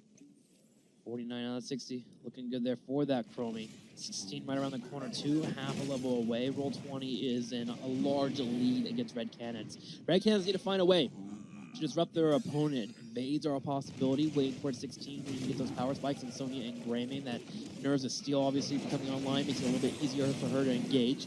Tulane might have to be the one, though, that sets up his team. A power slide on a couple of targets could be great into a mosh pit, but you have to watch out. Again, we talked about it earlier, that disrupts a bit too much. Plus, yeah, and plus you don't want to force your team to go through a slowing Sands. And so even if he saw an opportunity to get the perfect mosh pit there, if Greymane can't follow, it is useless.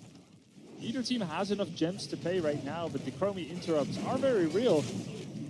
Red Canids can't afford to sit here and take the poke. Chromie excels in this position. There was an engage here. A phase shift came in. There was an attempt on an Emerald Width, but we have Brightwing get it interrupted, and Glarung's low. What? He survives! Glarung? Red Canids loses Sonya instead, and possibly a Greymane as we have Chromie coming in with the Dragon's Eye, landing the skill shot. Prismaticism with the Eye of the Tiger here, getting Prismaticism down as well. That was certainly an interesting mosh pit, but it looked like Brightwing was going to get absolutely taken out.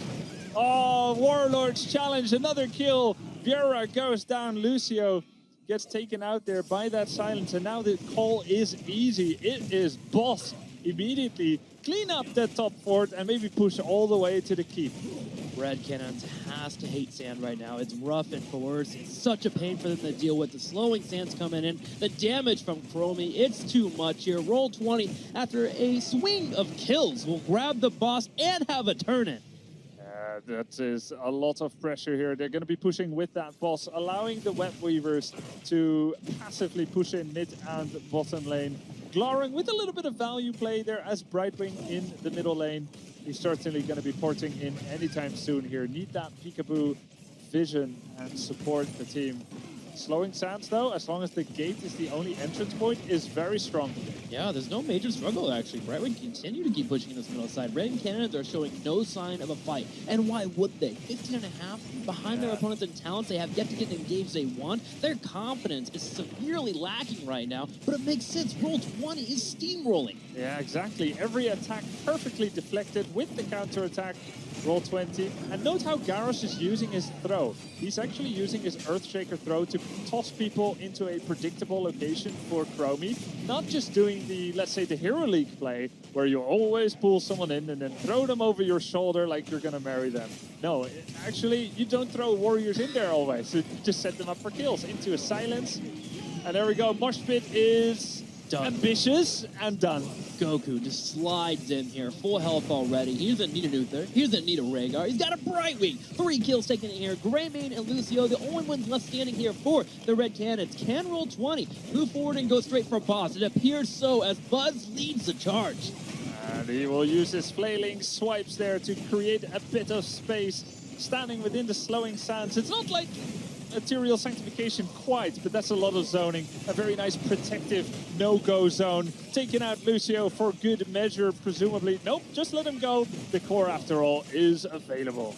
Roll20 has woken up here. The series is tied 1-1, and we'll be going to a game number 3. They required their big guns, but the big guns, they were enough.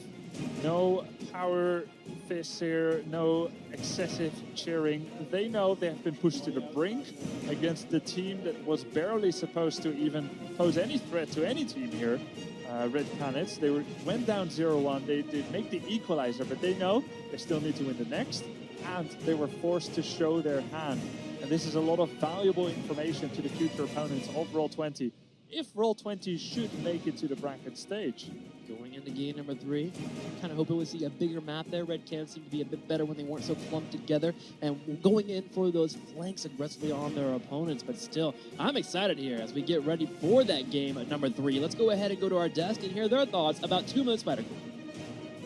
That's right, a solid performance coming out from Roll20 esports there, and overall what we could see was basically Prismaticism popping off. Very impressive stuff on Chromie. Like I said, going into this, I mean, I'm pretty sure it's a 50 KDA. I'd like to see what it's going to be like after that. I'm sure we'll be able to get that updated, but I said that this is Roll20's battleground. They don't just win, right? When they win, they dominate. And I think that's one of the things that I couldn't state any bit further is that they look so good. When they're on, it really felt like there was no point. There was a couple of like really good mosh pits. They almost got the kill onto the Brightwing, but outside of that, it felt like there was really no threat to that composition. I think that Roll20 played it wonderfully. Yeah, and I mean, their pick potential was fantastic. I mean, we were discussing about the ideals of, the flip into the Stukov lurking arm, into the ability for Emerald Wind, amongst many other crowd control abilities. And, we saw for the most part the early game, it was quite lackluster. It wasn't really happening. It wasn't flawless. Yeah. It wasn't a flawless performance. No, right. no. We're thinking, when's it going to happen? Red Canids are still within this one. They're still within this one. But then suddenly the Chromie one-shot comes across. You're thinking, here we go. Back to basics. They're playing the combos that they know how to play.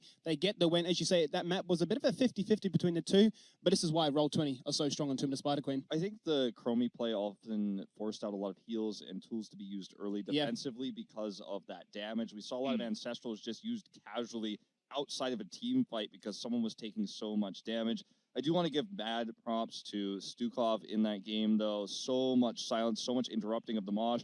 Mosh looked like a silly idea in that game, so really good play, good CCs. The early game weak, but they turned it up in the end. And even the biokill switch, there's a few times I believe there's like one moment where Glatron got caught so dangerously low. He gets away on little to no health whatsoever. The biokill switch comes across. How many fights could have gone differently given the chasing potential of the Lucio for Red Canids? I mean, it leaves a lot to be like, potentially this was closer than we thought. All right, gentlemen, 1-1 at the moment here. We're going to go to a short commercial break. But when we return here to the HGC 2017 finals, it's game number 3 here between Roll20 and Red Canids. The 2017 Heroes Global Championship Finals are brought to you in part by Republic of Gamers, Intel, T-Mobile, and NVIDIA.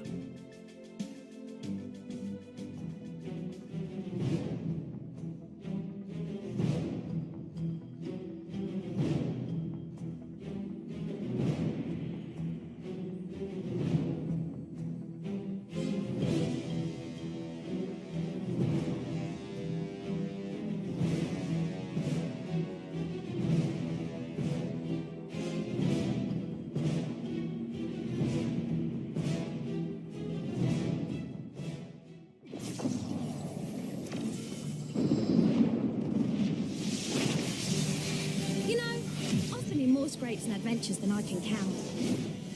That being said, I've never seen anything like this. Hail, hero. Is that a frog in a bubble? Oh gosh, they are so cute. Well then, there's so many friendly people here. Coming through. Love the hair. Oh, the cavalry's here. This place is awesome! I found some Vikings! Wow, you're big! The name's Tracer, and the Nexus could always use more heroes. Ah! Not funny!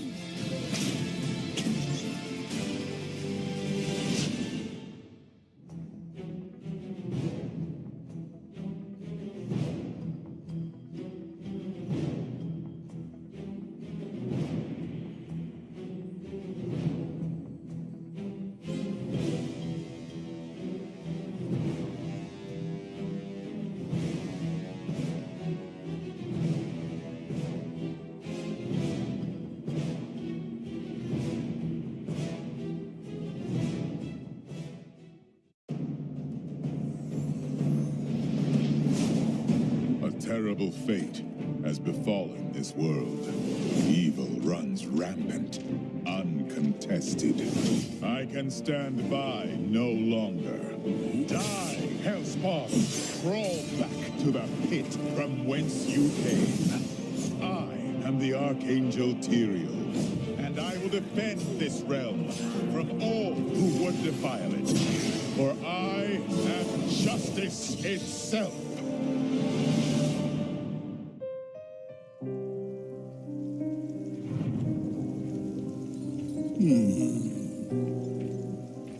Stitches what shame. Stitches what playtime. Stitches play too rough. No one play with Stitches. But Stitches found Nexus. In Nexus, everyone have to play with Stitches. So much playtime makes Stitches hungry.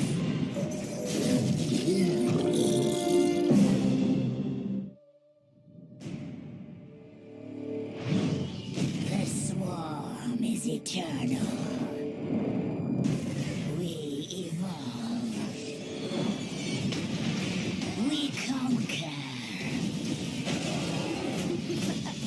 We will consume all within the Nexus. Your villains, your heroes will all become part of my brood. Okay, fine. You two.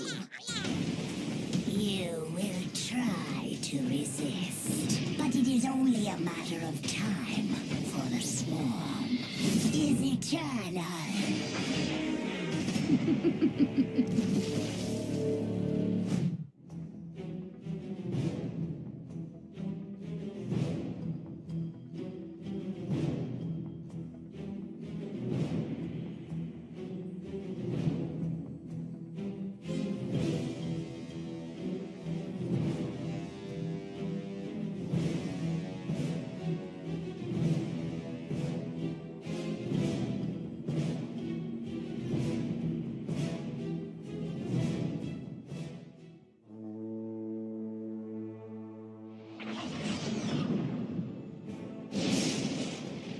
We came to this world as exiles and outcasts. But together, we can be more. A weapon to break the chains of oppression.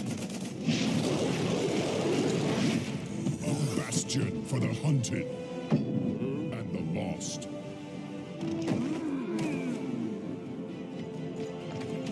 A family bound by blood and honor. And if our enemies do not give us peace, we will give them war! Victory or death! This I pledge as your war chief. Until the end of days, I live and die. For the Horde! Quite the beginning here to Group C, as we have a 1-1 situation at the moment between Roll20 and Red Canids. To my left, we have Wolf, we have Skimmy, we have J-How. And overall, where are we going? What's going to happen? Who knows at this point? But Roll20 in that second game seem to have gained a little bit more back. Looks like a little bit like they've woken up, J-How, right? Yeah, they woke up and they went back to their comforts. They went back. I mean, we haven't seen a lot of Glaurung. I'm not fearing. We can expect there's going to be more double support going forward, but I really think that it looked awkward in the first, and maybe it's just first day, maybe not expecting Red Canids to come out, but game 2 they went to their comforts. A little bit of flavor. Goku over on the Genji. I almost said Goku on the Glaurung, but Goku on the Genji. Lots of G's going on here. Had that Glaurung support, but I actually think that Red Canids are going to take this series. I think that, as Grubby alluded to, they had to go to their most comfort ever. They got the map they wanted at least. That ended up being a mistake by Red Canids, but when you go into a larger map, potentially just like Game 1 on Sky Temple here, and Red Canids can play their style, play a little bit more standard. If they get the Brightwing especially, I think Roll20 will struggle when they're outside of that comfort zone. So a little bit scary for North America here. I start to wonder who actually is going to decide what map we go to. I mean, if Roll20 go for it, I feel like they're going to go to another big map again. Warhead Junction's banned away. Right. First Hollow screams to me, and for the sole reason, the fact that typically speaking, Latin America have been very aggressive, and on those bigger maps, you can abuse the ideals of, yes, Red Canids do play Darker, yes, they play Brightwing, but it's not at the standard that these other macro-heavy teams play. Very hard to from a minor region when the teams you're versing domestically don't punish you for those mistakes. So when you come to a big international event, teams start to punish you. You're thinking, how do we get better if the opponents back home don't give us the opportunity to reach the level, apart from watching VODs online? Well, let's find out. Will Skimmy be right, or will Skimmy be dead wrong? Let's see. Dead wrong, wrecked. You know, I mean, dead Infernal wrong Shrines starts with a C, by the way. Come on, man. I mean, Infernal Shrines works just as well. It's a hybrid between team fighting and macro. Come on, guys. Give me a bone here. I would say you were halfway there. There you go. No problem, no problem. I'd say like about 32%. Are you really crunching these numbers to those nitty-gritties? Are we doing this right now? Wolf already gave the declaration that he thinks Canids has taken this, and he didn't even see the battleground. That's true. That's a bold statement, Wolf. What do you think on Infernal Shrines? On Infernal Shrines, I give him less confidence. I thought we were going to go to a larger map like Cursed Hollow, maybe the Dragonshire for kind of that macro control. But as we get into this one, let's see what they want to take, because this map is bossless, which is another reason why I'm a little bit surprised we saw this as the map choice. So the boss control we saw from Red Canids is some of the greatest we've seen thus far in the group stage, especially when you go back to that fight with ETC. So I don't know what if they're going to take the Brightwing here. It doesn't get as much value in terms of boss control, which I think is what they did most with it. But let's see. All right. Game number 3, 1-1 at the moment. The winner advances on to the winner's match here in Group C. Skimmy, what are you thinking? I mean, Red Canids in both games, they've played the Rhaegar. Roll20 have done this twice now in the draft, where they've showed the Rhaegar at the start as their ban choice, then switched and flexed it to that Tassadar. Really scared of the idea, because a very comfortable composition for the Red Canids has always been put Jay Shred on the Valet, then hyper-enable him with that Tassadar, with that Oriole, and allow him to do work in his own lane. Once again, are threatening that to be the pick.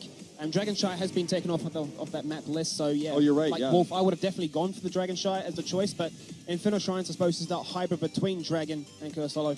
I think we're going to be looking at two primary heroes that will have, one being Sonya. How high does Sonya kind of fall in this draft? Because she'll either be in the early rotation, or I highly doubt she'll make it past second ban. There's a possibility, but then there's always the Diablo threat as well that we could potentially see from Roll20. This is probably their most diverse hero pool battleground that they've played on. We've seen a wide variety of strategies from them, and you know it's almost unexpected. We got to kind of see what they start with, but obviously first ban's got to get out of the way first. I think Diablo's a really good hero for this map, specifically given the fact that you can shadow charge into terrain, guarantee that stun, APOC and choke points works really well as well. Red Canids have also shown during the qualifiers they play Diablo as well, so it's always a big factor to consider. Hey, we know that Roll20 like to play this combination. If they ban away the Medivh, we could be thinking of that idea. Well, let's see. A lot of thought going into this one. I think that Medivh is definitely on the table here in terms of bans. Garrosh was the problem hero in the last game. They're going to take the Brightwing away. So questions here already answered about what they're going to take. But see, this was the risk, and I think Red Canids is going to be really frustrated with the choice they've made now. I agree. Okay, you said Red Canids played in the qualifiers. Is almost makes me feel like if you are Red Canids, you say, okay, we are comfortable playing it, and we sure as hell don't want to give it to Roll20 for that Medivh Diablo combo. I mean, locking in as fast as that after your opponent has thought about a choice like that, that's very mind-gaming. It's like, you were so wrong with your ban. Yeah. We insta-lock, and this is how confident we are. really So like mind that. game's already playing. I really agree with you. Yeah, typically speaking with the Medivh composition, what does Medivh do so well with his Force of Will? Deny burst, and what are you after with that big APOC? You want to kill somebody. Think Jaina with the Ring of Frost, think even Zeratul to try and overlap and guarantee that you get as many members caught in that as possible. So the fact that they've gone for this, I feel like the reason Red Canids haven't gone for the Diablo, it makes the Roll20 option of picking that far more attractive. Yeah, I think that if we do see Diablo, it's going to be later in the draft. I don't think they're going to pick it up now. And even if they bait a ban here for Red Canids, I think that's a win because it gives them more options. If you pull out a Diablo ban, that's not even it's your quote-unquote top-tier hero, top-tier tank at the moment, so it could give you the Muradin. So I think Roll20 should grab like a Sonya here and just whatever DPS they'd like to take, save the tank pick for last, threaten that Diablo ban, and I think that would kind of put them ahead in this draft. What actually really personally like Wolf would be if they actually went for the Lucio in this rotation as well. If they go for the Sonya, you've got Medivh portals, you've got Lucio with the Amped up. You're not running away from that Sonya. You are going to commit to that fight. They decide to go for the DPS, as you mentioned. And it now makes a very interesting ban phase in this second rotation for Red Canids. Do they go for that Lucio, or do they go for that Diablo as those sort of pocket interesting strategies? Yeah, I really like this play. This is like Roll20 is aligned in minds with me right now. And going back to what Claire says, I think this is a mind game they're playing with the Medivh locked in so quickly. There we go. The Diablo ban, and now Roll20 is like, all right, well, shown respect to us. And this also goes deeper than just this series. It goes to the next series that Roll20 has to play. Teams have to be considering this Diablo factor. And even though we haven't seen it in play, now you see this ban come out right here, and you're like, you have to know that Red Canids is already showing respect. Other teams need to follow that as well. What I would like to see here, it actually goes back to an earlier point Skimmy made about putting Shrite on the carry-style hero of Vala. One thing that Medivh does so well with, as you said, deal with burst damage. One person that puts out that sustained damage, or you might even have a fallback option of a Lunara. You're really only going to see the Medivh, and I think that's why they held their support to see would they be dealing with that spread poison damage of Lunara. They could pick their support appropriately. So I actually would not mind in this rotation taking the Rhaegar for yourself. You run the double support, which Rhaegar is the best on this battleground because of that lightning bond. You take it away from Roll20. You're still obviously going to have the Stukov thing like that to really deal with. Yeah. But ultimately, you have that control if you want to wait and maybe get a Lunar on the back end. Yeah, and I agree. And I'd say also with the Vala, we've seen a lot of Valas now transition almost a bit of a blast to the past with the multi-shot build. Oh, the actually, right? Multi-shot. Because, you know, typically speaking, the Hungering Arrow build is for the Merc controller, is for the one-shot potential. They go for the Lunara, discussing what you mentioned just before there, J House. So it's a case of now with that in mind, Roll20 can flex that support in any direction that they're after. I think this is a mistake. I do too. That had to be a Rhaegar there, and you flex that last hero to counter whatever support's left over for Roll20. Yeah, you also limit the support pool that way from Roll20. I was thinking the only other possibility would have been like a last pick Gul'dan as well, something that would work against this composition. You've got the Horrify to ruin whoever goes through the portals, for example. Protection or no, they're just going to be CC'd to death. This is risky. Let's see what they want to take. I think you take a Lucio here, and you're in great shape if you're Roll20. I mean, you just out-heal that slow, sustained damage. Do you want... Okay, so I think there's two good points here, Lucio or Stukov. Stukov, we saw how wonderful he did. They end up going the Rhaegar, and we bust out the stitches. They end up with the Rhaegar, which is a bit surprising, but not completely, I guess, unsurprising because the amount of control he has on the shrine. They get a bit of clear here. But I would have loved to have seen the Rhaegar on the side of Red Canids. Now, with the supports left, you know, they could run the Lucio potentially for themselves. This is a tough spot. It gets scary now for Red Canids because if you're looking on the side of Roll20, yes, you don't have that hard CC to follow up the Stitches, but if you've got the Stitches and a Medivh together, you're thinking Gorge immediately. You Gorge a target, you pop through the pool, that person is in the middle of nowhere, and they're going to get taken down for free. So the final pick for Red Canids, nothing really screams out to me. Well, unfortunately, they don't really have there's no support left that has good wave clear. I think that's what's missing here. One of the things that Stitches Medivh struggles with is obviously if you lose your forts early, the longer you keep your forts up, more you can do with Gorge Portal, because obviously you have those walls there and forts there. So now Red Canids doesn't really have a comp, I think, that can get damage to structures done early. I think Lucio's the best pick here, but I don't think it's good, and I think Roll20 got everything they wanted in this draft. Stukov wouldn't be terrible. Yeah, because if you come in with the portal, the biggest threat to this composition with a Medivh is to magically appear in the enemy's backline. And one way to make sure that they're not there, you also, we talk about displacement tanks. Level 4 for ETC, obviously, you go the increased face melt range, you have that to deal with that. Something that Breeze busted out last year against ADRDN team. And then that was kind of like the, hey, this actually works really well. But furthermore, now you have Stukov, big old flailing arm comes out there. Nobody's near that portal. You have a little bit more control over that. You have pick potential. You can put the arm, the lurking arm, right as soon as you see the portal. You just put it right in front of the portal. And that's why I wanted to see Junkrat, by the way. Put a concussion mine down there. Oh, you want to come through that portal? I would have loved to have seen it. You're going to feel the wrath of the internet saying that one. That's one day down the line. Topic. One day down the line. So, looking at these comps, how they shape up, I feel like Roll20's in a pretty good spot. Do you concur?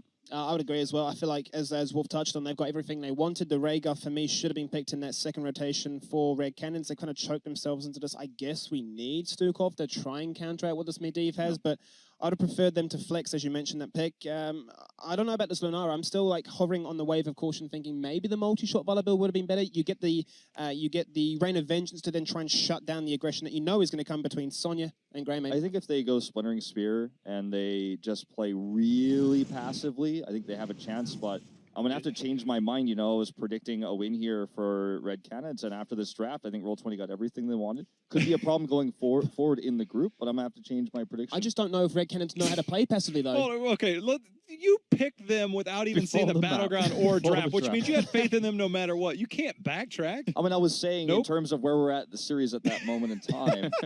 What, them coming off a loss? Okay, gentlemen, Look, you guys can call me out. I'll be called out, but I'm changing my prediction here. Time to head over to the commentary team, game number 3. Thank you very much, gents, as we head over to them once again to find out who is going to take this series.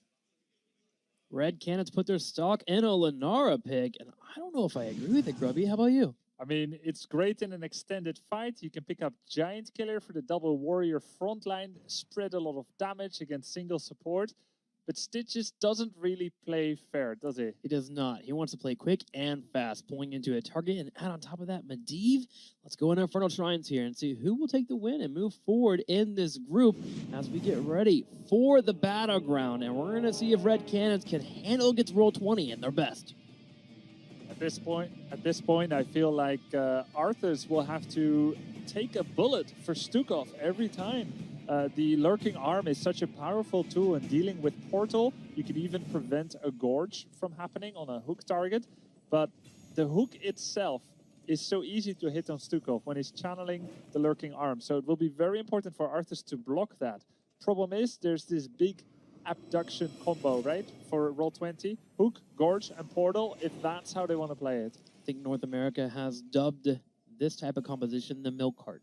As you go missing, and of course he'll be on the side of the milk carton. Has anyone seen Arthas? Has anyone seen Arthas? Where is Stukov? Haven't seen him since Heart of the Swarm. On the right side here, Red Canids will be in the red and it's a charge forward. And again, this Lunara is going to need time to develop. Now, can Red Canids find those moments to develop the fight and allow for her to be effective? I think one spot for it to be great is around the Shrine phase. That's where you can dictate fights. But at Roll20, we've seen it in EU, they can actually dodge out on the first couple of Punishers and take advantages there. And Sonya and Greymane and Rhaegar are great split pushers. That's going to be definitely a powerful tool, potentially. Do like Red Canids' comp, though. Well, I was wondering if instead of Stukov, they might have gone for Uther. After all, you want to save anyone that gets bursted by that hook blow-up. Medivh already wasn't available. Uther would have still been an option. Would have given you 2 options to reset the fight, right? You have the Aegis, would have had Divine Shield, would have allowed Arthas to be forced into fight. But hey, Red Canids, they decide, let's go ahead and mimic what we did in game number 1. Let's come out guns a-blazing. Haven't had first blood in a while, and there they go. Get that first kill, a little bit of an advantage. Would like to see them push it. Again, it's not about that kill and the XP it gives. It's about what you can do with it. So that 3-man there at the bottom lane, I'd love to see if they can go get a tower, maybe even 2. That's a solo Rhaegar defending against double support.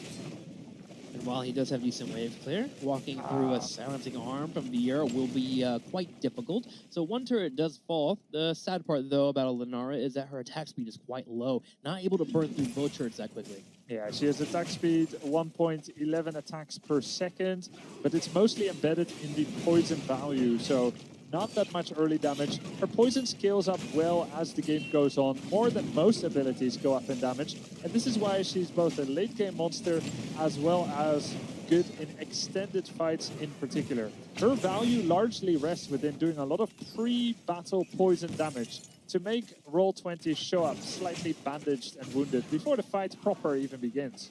2 targets at a time will be the choice for Lunara. Sans comes out to control the portal from Red Canids. Vieira just holding his ground, but allowing steps forward. Drops a couple rings of damage. 11 to 10 right now in terms of minion control. The Red Canids are doing their best here to clear out what they can. See Justin looking for a potential hook angle maybe, but either way this is a 4 versus 5, so that wouldn't really lead to anything. Note how Prismaticism on Greymane is still doing double lane clear. You mentioned this. North America, Europe, they love playing styles like this whenever possible. Roll20 is doing this perfectly. They give up the Punishers, so what? They're up a full level almost. Yep, defense will be easy for them. They have the force of will to have either Sonya or Stitches debate over that Punisher if they were to lose on it. But they're doing enough here to contest and make Red Canids kind of triple their boots a little bit here.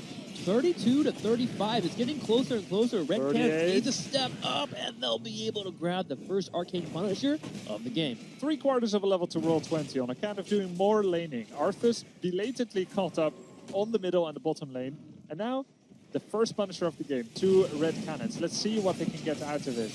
Pushing on the top side here, working on that turret damage, but already you can see the Punisher melting. Just like some ice cream on a sunny Sunday here in SoCal, getting picked up right away. And Greymane has done such a good job of pushing in that bottom and middle lane. They had to peel all Stuke off as well just to help out because they were missing experience. Nice hook on Lunara into the gate as well, providing that little mini stun. Power slide and the Taming Strike on Glaurung. Portal! Oh, the portal! Portal went away. Glaurung goes down. Nice. Red Canids coming in with the second kill of the game. Glaurung falling there, just barely missing out on the portal duration by a heartbeat. And that was just enough for Lunar to step up, slow him down, and secure a kill. Oh, Glaurung goes down. Luckily, no quest stacks lost as he died at level 6.9. At level 7, you get that Master's Touch. And I've heard it said among the Korean community, the pro gaming community, they said that a Medivh must reach 30 Master's Touch stacks, completing the quest, by minute 10:30. If not, you might as well have not picked Medivh. A benchmark that we'll see if Glaurung can even attest to, as they'll try and work in those master touches. Schwimpy yesterday on Dragonshire from Fnatic, he got it in 12 minutes and a bit. He died around level 7, slowing him down. So let's see if Glaurung can bust that benchmark out of the water or not. That is the curious thing about Medivh. You look at Korea, and you can see the aggression that they pull off in their fights, and you can see them getting it done at 10-15. I look at EU, and I'm like, well, most of the time they use Medivh as more of a way to get vision, right? Scouting, slow play. Out-control your opponent, so that 12 minutes makes sense to me. But now, suddenly, I have that 10-15 in my mind, and now every game, I'm going to be like, let's beat Korea. Let's get faster and faster. And this is very important, you know, for anyone. Anyone that would like to improve and doesn't just focus on winning and losing, you got to have these benchmarks, even for yourself. Get familiar with the industry standard of performance, and then you can just improve from game to game and focus on positive single skill improvements. I mean, for me, I just want to get to level 10. If I get to level 10, it's been a good game. You know? All right, well, 10 actually about to hit here as Roll20 is 1 level away. Red Canids is actually keeping up an experience right behind them despite missing out on those couple of waves that we saw earlier in that first phase of the Shrine. Problem is, they were a little bit late to this Punisher on the bottom side, and Roll20 gets a nice lead here with Sonya leading the charge and Justin helping out. Yeah, Yura is still having to clear that top bruiser camp, just about finishing. Now he wants to make his bruiser camp win out. Still mounting up and continuing to push that lane. Arthas will join him there as well, Fury Zera. So Red Canids, in short, definitely giving up this Punisher. Should be able to defend it on the bottom side. Just need to get a tank down there to make sure that he can bait it over and, of course, burn it down with the help of the forts. The top lane, though, in a bit of trouble as Red Canids grab that mercenary camp, got it to the turret wall, and forced Glaurung to head to the top. Okay, so there's a play here. We have Greymane, Prismaticism, clearing the bruiser camp, and Red Canids is with 5 members, equal levels, and they're in a 5 versus 4. Ideally, you ignore the Punisher, let it jump the gate, and do an aggressive engage on the rest of the team, getting a 5 versus 4. Mosh pit has been taken once again, but Prismaticism, he's close enough to join if all hell breaks loose. That's a funny leyline seal. Getting that combo coming off, Yera will be the target. Curse Bullet does connect, lurking arm, pushing members back. Yera, he will live. Fury Zero, though, may have caught himself a little bit too far forward. Will be forced to use Army of the Dead. The Punisher jumping on the back line, hitting Muraz. He finally will be able to deal with it. Now, will Red Canids give chase? No. They allow Roll20 to back up. Yeah, Red Canids was having to play Frogger there with the concentric frozen circle explosions. Don't want to get rooted for about 2 seconds there. Red Canids misses their opportunity to jump in. Interesting heroic, by the way, for Lunara. Already has the split poison damage from the level 7 Splinted Spear. Yeah. will instead use the heroic Leaping Strike instead of Thornwood in order to presumably escape a Hook Gorge abduction. Hoping to punish. Ooh, There wow. we go. Murris gets That's useful. hooked, jumps out. Nice little maneuver there. Should be able to get healed up here from Vieira and Jay Strita. But picking that Leaping Strike here, they're trying to take those Force of Will timings in the small window that you have to punch a target and burn them down quickly. Thornwood Vines is usually something that you see in a lot of teams nowadays, but it's just a little bit too long for it to actually break out and be useful on team fights. So I like the pick here from the Canids. Yeah, honestly, you don't need Thornwood when you already have Thornwood essentially at level 7. Yes. Splinted Spear fulfills the same purpose. It's like getting additional charges on it on your level 10. Whereas Leaping Strike really is unique. You will see Thornwood be picked now and then, but in this case, dodging a spear, dodging a hook, a gorge, definitely preferable. Well, Gorge is up, speaking of it. So we're going to have Roll20 move in with the portal. The silence comes out from Vieira, though, putting Justin in a spot where he actually can't land the Gorge, but Tulin straight up whiffs the mosh pit. Gorge, Leaping Strike is available.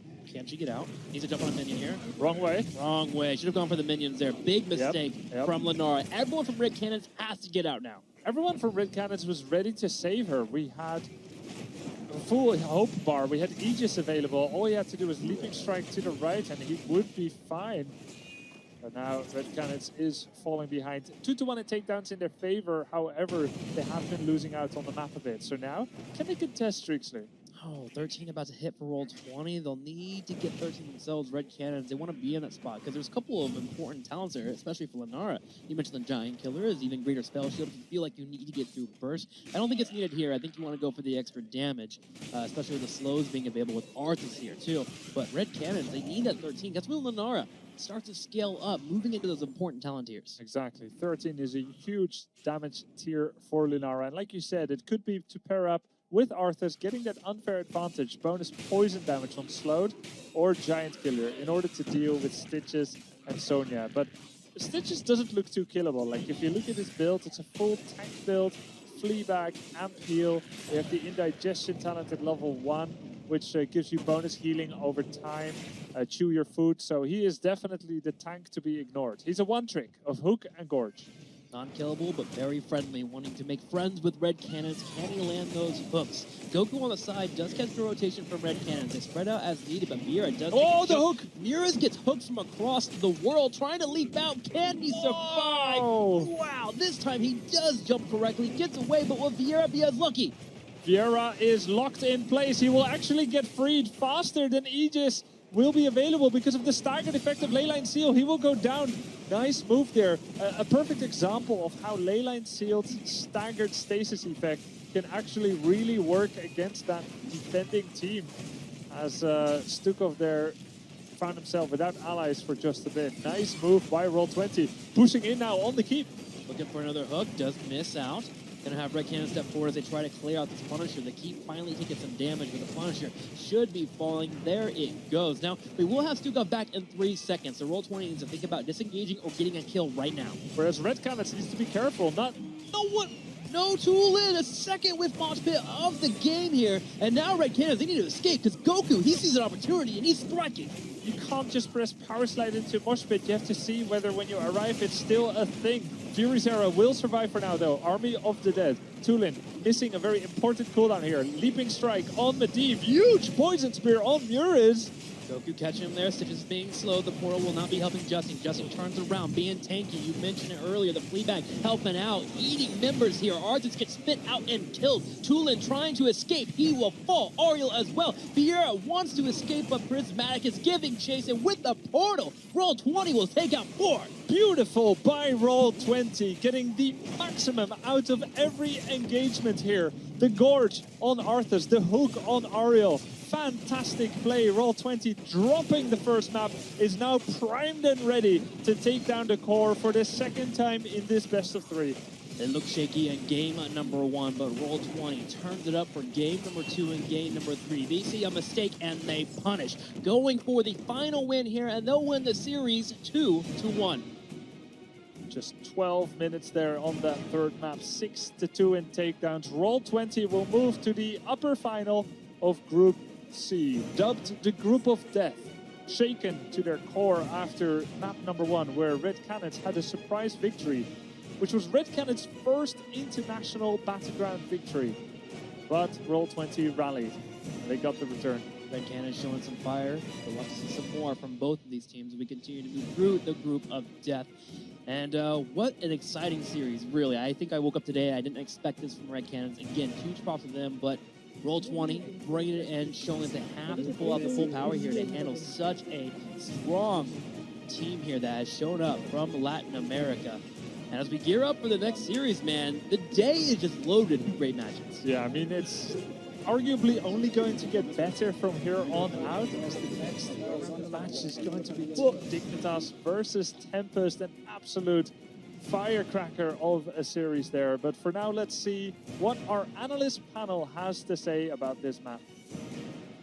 That's right. It wasn't without its bumps along the road here for Roll20. However, they managed to plow on. They're going to be heading to that winners match. And overall, what we saw there was Roll20 executing their comp to a strong degree there, J-How. Very strong. And once they went back to the basics, they did what they needed to do. The only thing that I wonder about is, does that raise questions in their own mind for their series going forward, whether it's against Dignitas or Tempest? Arguably a better team, one would say. Yes. So, again, I think they've got some time. They can watch the next series, but it wasn't without its flaws. We'll see if they can bring it and be even stronger later. I feel like they had that sort of like that level of mental fortitude to go into these next series and go, look, we can do it. Maybe a little bit of overconfidence against a minor region team. It's happened in the past, and it will carry on happening if teams don't respect them, where it's like, we haven't done our preparation, we'll just play standard, we'll do our game, and we can win on that macro and micro level, which we saw in this game happen a few times. I believe it was like the very first shrine that happened. Myself and Wolf were talking about it, where, you know, the Red Canids were going for it, but Greyman was soaking mid. They were double soaking. They were getting XP. And yes, you get that first Punisher, but those small little intricacies, they build up progressively. And that's when we found a big XP lead by the end of the game. I think it was really good crisis management throughout the game from Red Canids, really being able to deal with those Punishers. We were talking on the desk here again about how little the Punishers, the first two, really were able to accomplish. But I do think that Buds is kind of the unsung hero of this series. Support play in both that second and third game, really fantastic. Never a doubt in Wolf's mind who was going to win that last one. Let's head over to the stage. Kevin is ready. Thanks so much, James. That's right. I'm here with Prismaticism, ranged player from Roll20. Let's talk a little bit about that game one. I want to hear from you. Was that just better play than you expected out of Red Canids, or were there issues going on with you guys as a team in that game that caused the hiccup there? I think we underestimated them a decent amount. They played a lot better than expected. We also were not drafting comfort picks, and we were not warmed up for that game. It was just not great from us. Okay, now I know your team spent a good amount of time together prior to the group stage here, boot camping.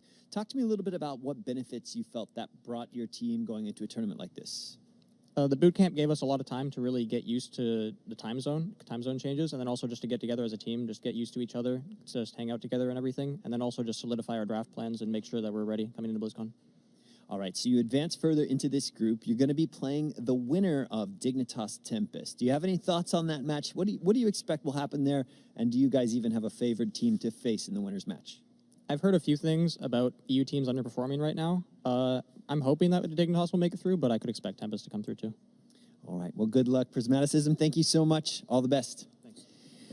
All right, guys, Roll20 takes our first win here in Group C. We're going to be back with Dignitas versus Tempest. Don't go anywhere.